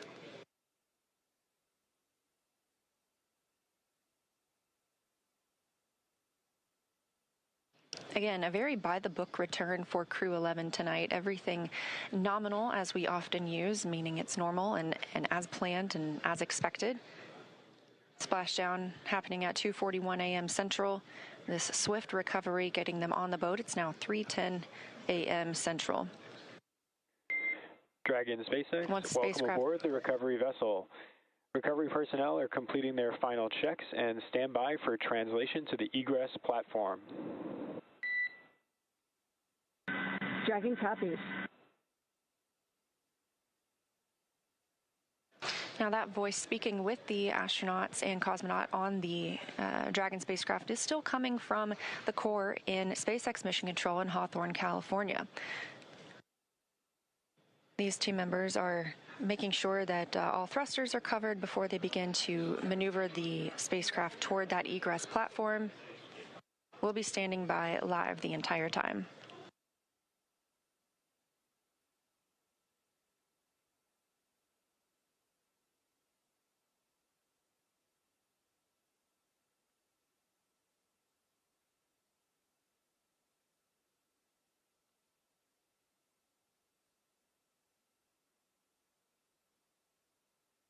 This is the 6th flight of this spacecraft. In all, Endeavour has flown 9 NASA astronauts, 3 visitors to the International Space Station, 2 Roscosmos cosmonauts, 1 retired NASA astronaut, 1 ESA astronaut, and an Emirati astronaut from the UAE to and from the International Space Station.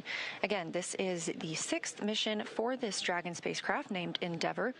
First launching on May 30th, 2020 to the International Space Station. And if you remember that date, that was the historic Demo 2 mission for the Commercial Crew Program, carrying NASA astronauts Bob Behnken and Doug Hurley.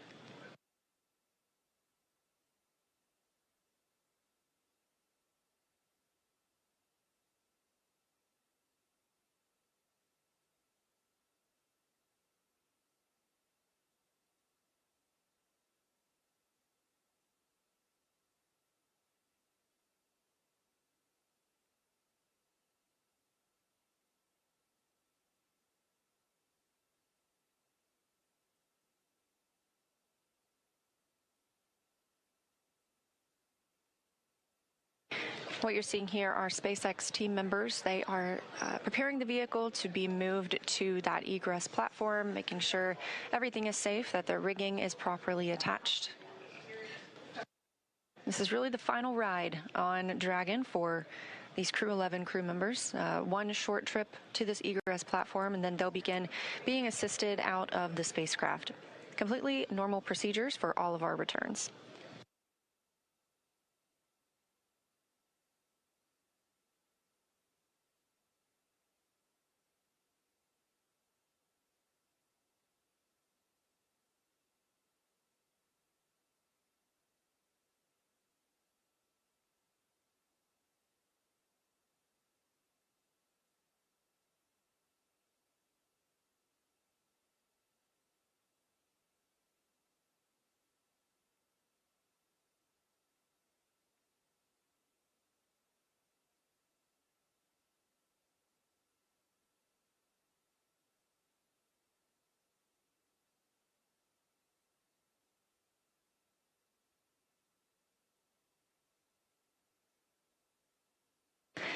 And this is a live view from Mission Control in Houston, Texas, the International Space Station Flight Control Room.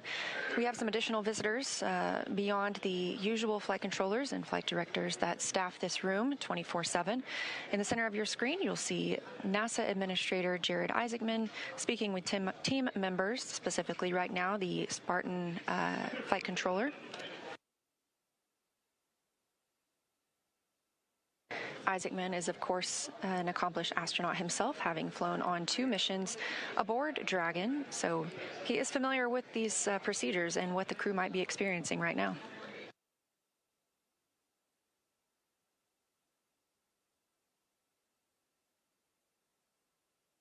Back on the recovery ship, the teams continue to prepare to move Dragon to that egress platform. We'll get ready to officially welcome home the Crew-11 astronauts and cosmonaut. Again, that's NASA astronauts Zena Cardman and Mike Fincke, JAXA's astronaut Kimiya, and Roscosmos cosmonaut Oleg Platonov, wrapping up a 167-day in space for these crew members.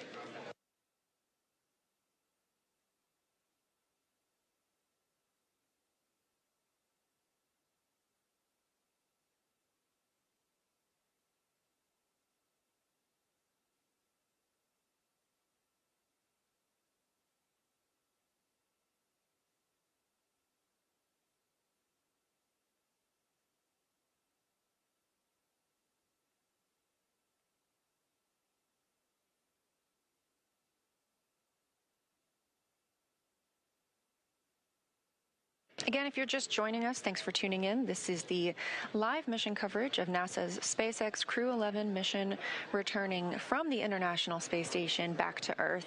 As you can see, this is the Dragon spacecraft, and splashdown occurred at 2:41 a.m. Central Time, right on time.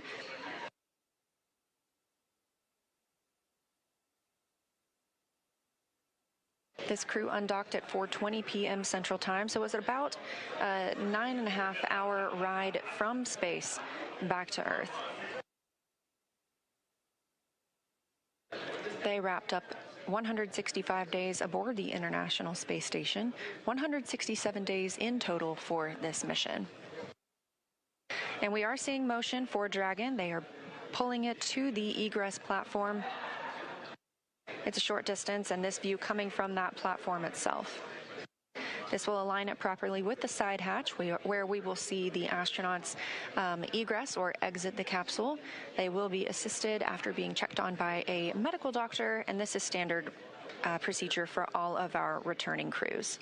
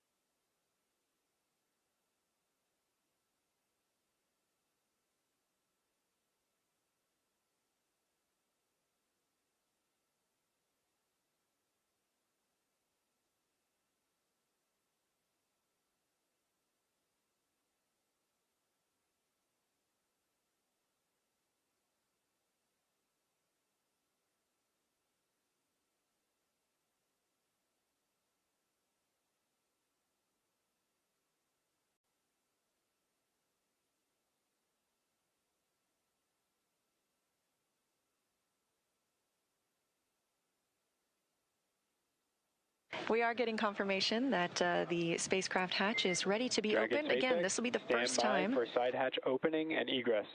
It's been an honor flying with you. Standing by for side hatch, and the honor is ours. Thank you so much.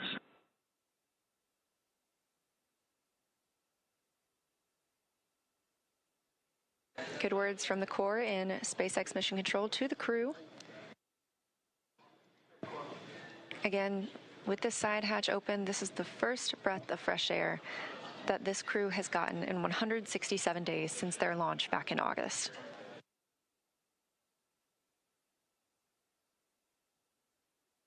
That hatch opening coming at 3:19 a.m. Central Time, and with a splashdown occurring at 2:41 a.m. Central Time, a pretty rapid access of the crew.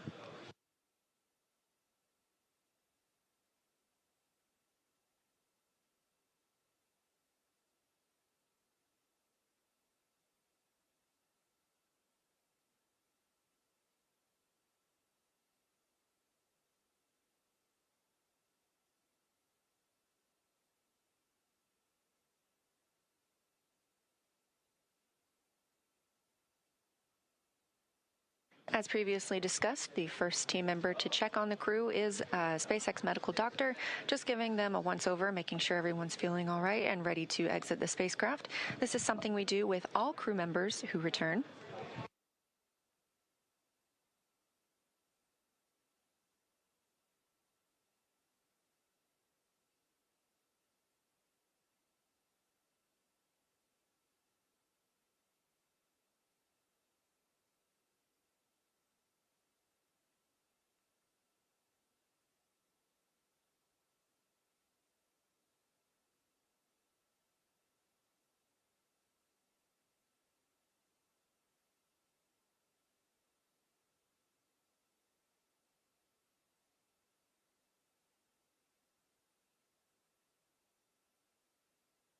And getting a quick picture inside the capsule is NASA photographer Bill Ingalls.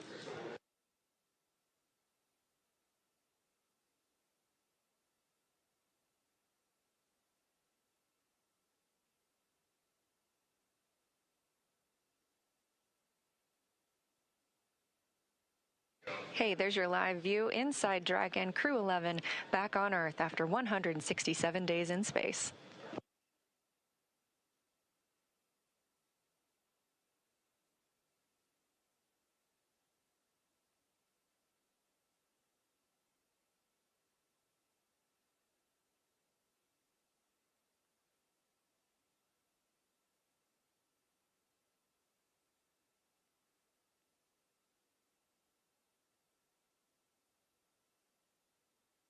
Again, next on the checklist for tonight is crew egress or exit. Team members will be assisting them as they are helped out of the spacecraft. Again, it's been 167 days since they were back on Earth, so our standard procedure will be followed here as well, where they are assisted out of the spacecraft and placed on essentially a gurney, and then they will receive some medical checks aboard the ship before flying back to land.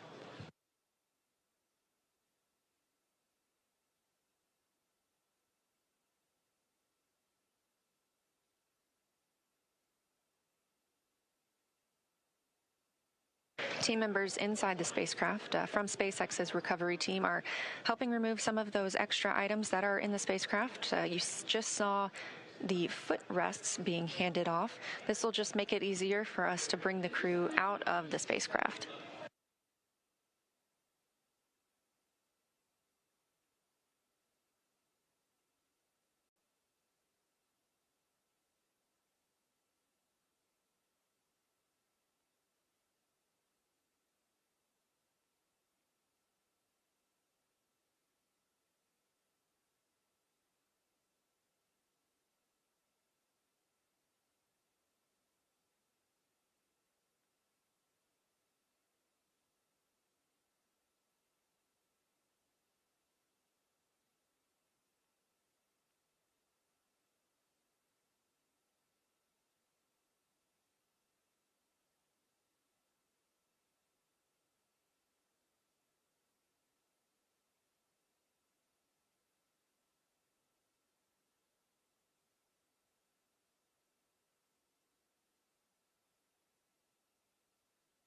Just over 40 minutes since our crew splashed down off the coast of San Diego. Again, that coming at 2:41 a.m. Central Time. We are expecting to see them exiting the spacecraft very soon.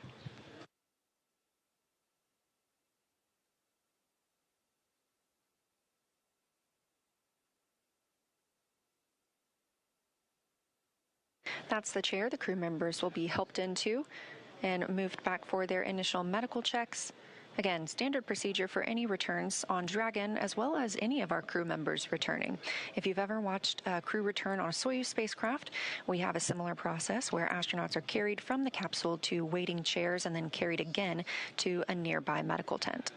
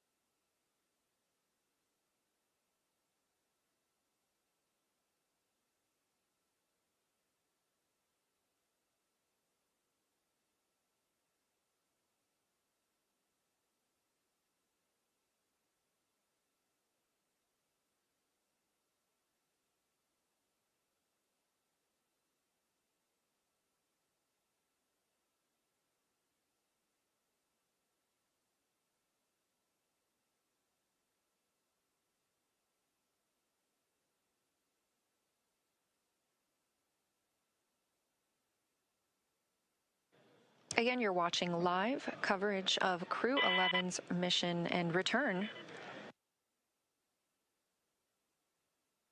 from the International Space Station, having undocked at 4:20 p.m. Central Time on January 14th, just yesterday, and splashing down at 2:41 a.m. Central Time today, January 15th. We are now just awaiting the crew to be helped out of the spacecraft.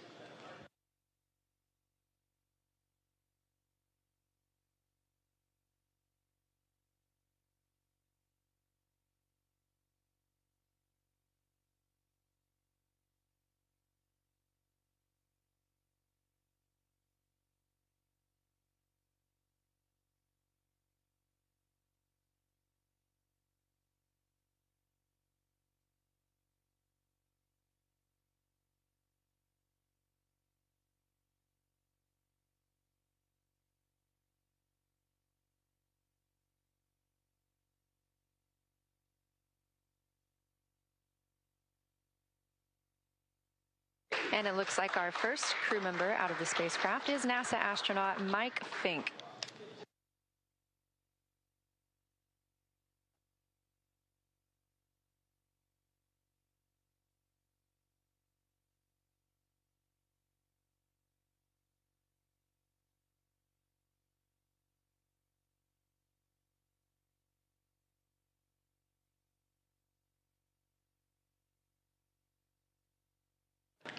Yes, that's the pilot of the Crew-11 mission aboard Dragon.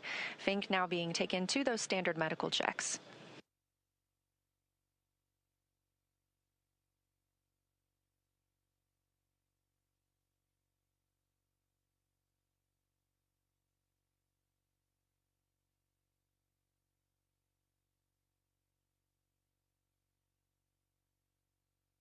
And since we just saw Mike Fincke, it's worth noting he now has 549 total days in space. That's the fourth all-time most days for NASA astronauts.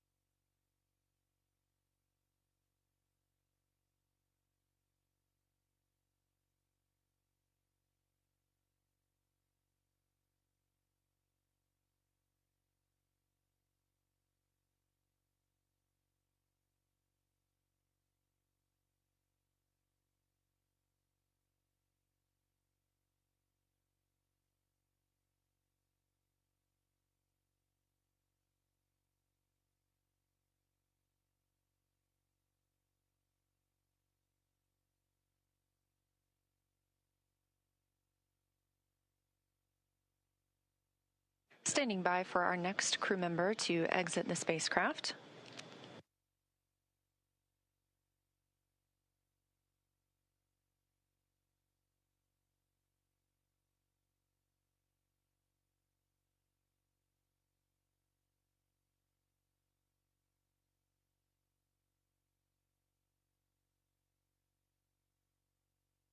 That's NASA astronaut Zena Cardman, wrapping up her first mission to space, commander of the Crew-11 spacecraft.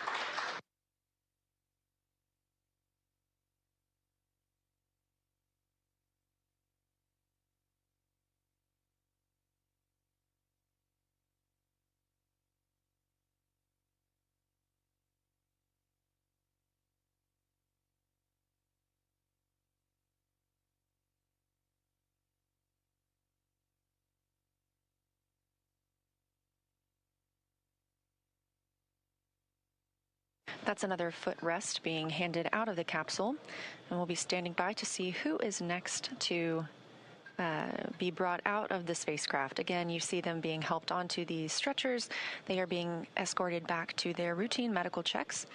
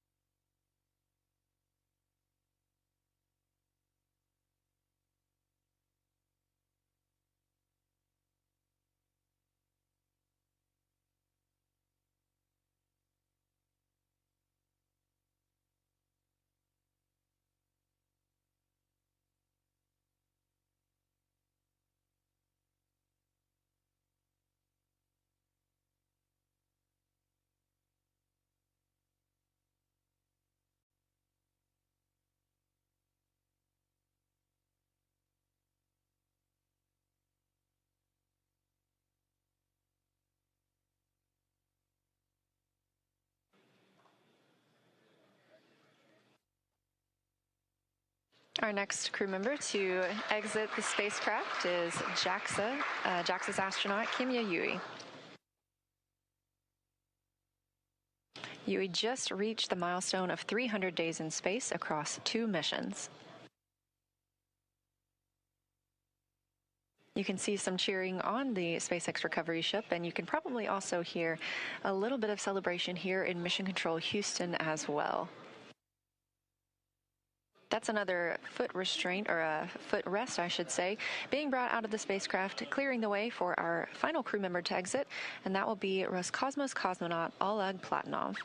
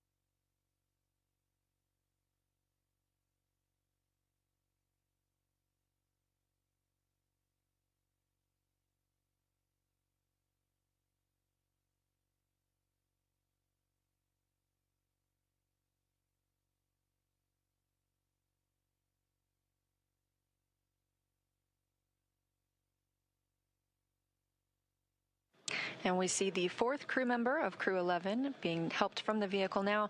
That is Roscosmos cosmonaut Oleg Platonov, also wrapping up his first mission to space.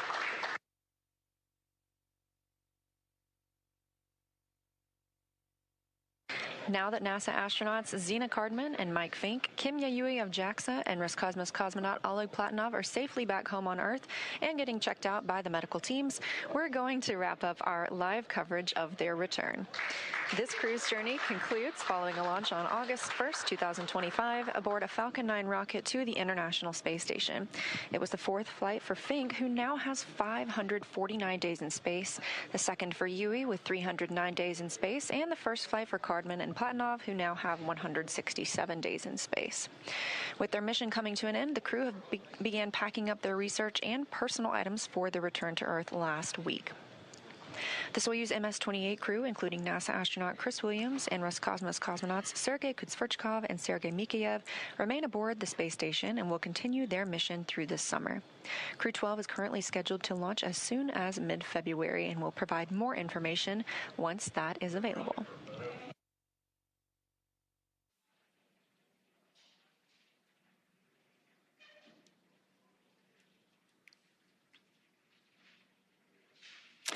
Great news for Crew-11. They are home.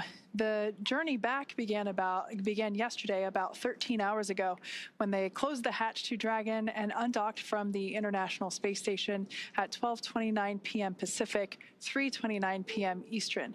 Now, during this time, the spacecraft performed a number of maneuvers in preparation for re-entry to the Earth's atmosphere, with final splashdown occurring off the coast of San Diego, California, on time at 12:41 a.m. Pacific, 3:41 a.m. Eastern. And just a little less than an hour following splashdown, we saw Zena, Mike, Oleg, and Kimiya make their way out of Dragon and into the recovery ship's medical facilities, safe and sound. We just had some great words here in Mission Control from NASA Administrator Jared Isaacman, and we are still monitoring the crew as they continue their journey back to home. So after the checkouts on the ship, the crew will be flown to a local hospital for continued monitoring and checkouts using additional medical equipment not available aboard the space station. As NASA's Chief Health and Medical Officer J.D. Polk discussed last week, the crew member is stable and we were able to monitor their condition in orbit, but we want to take advantage of resources on Earth to provide the best care possible.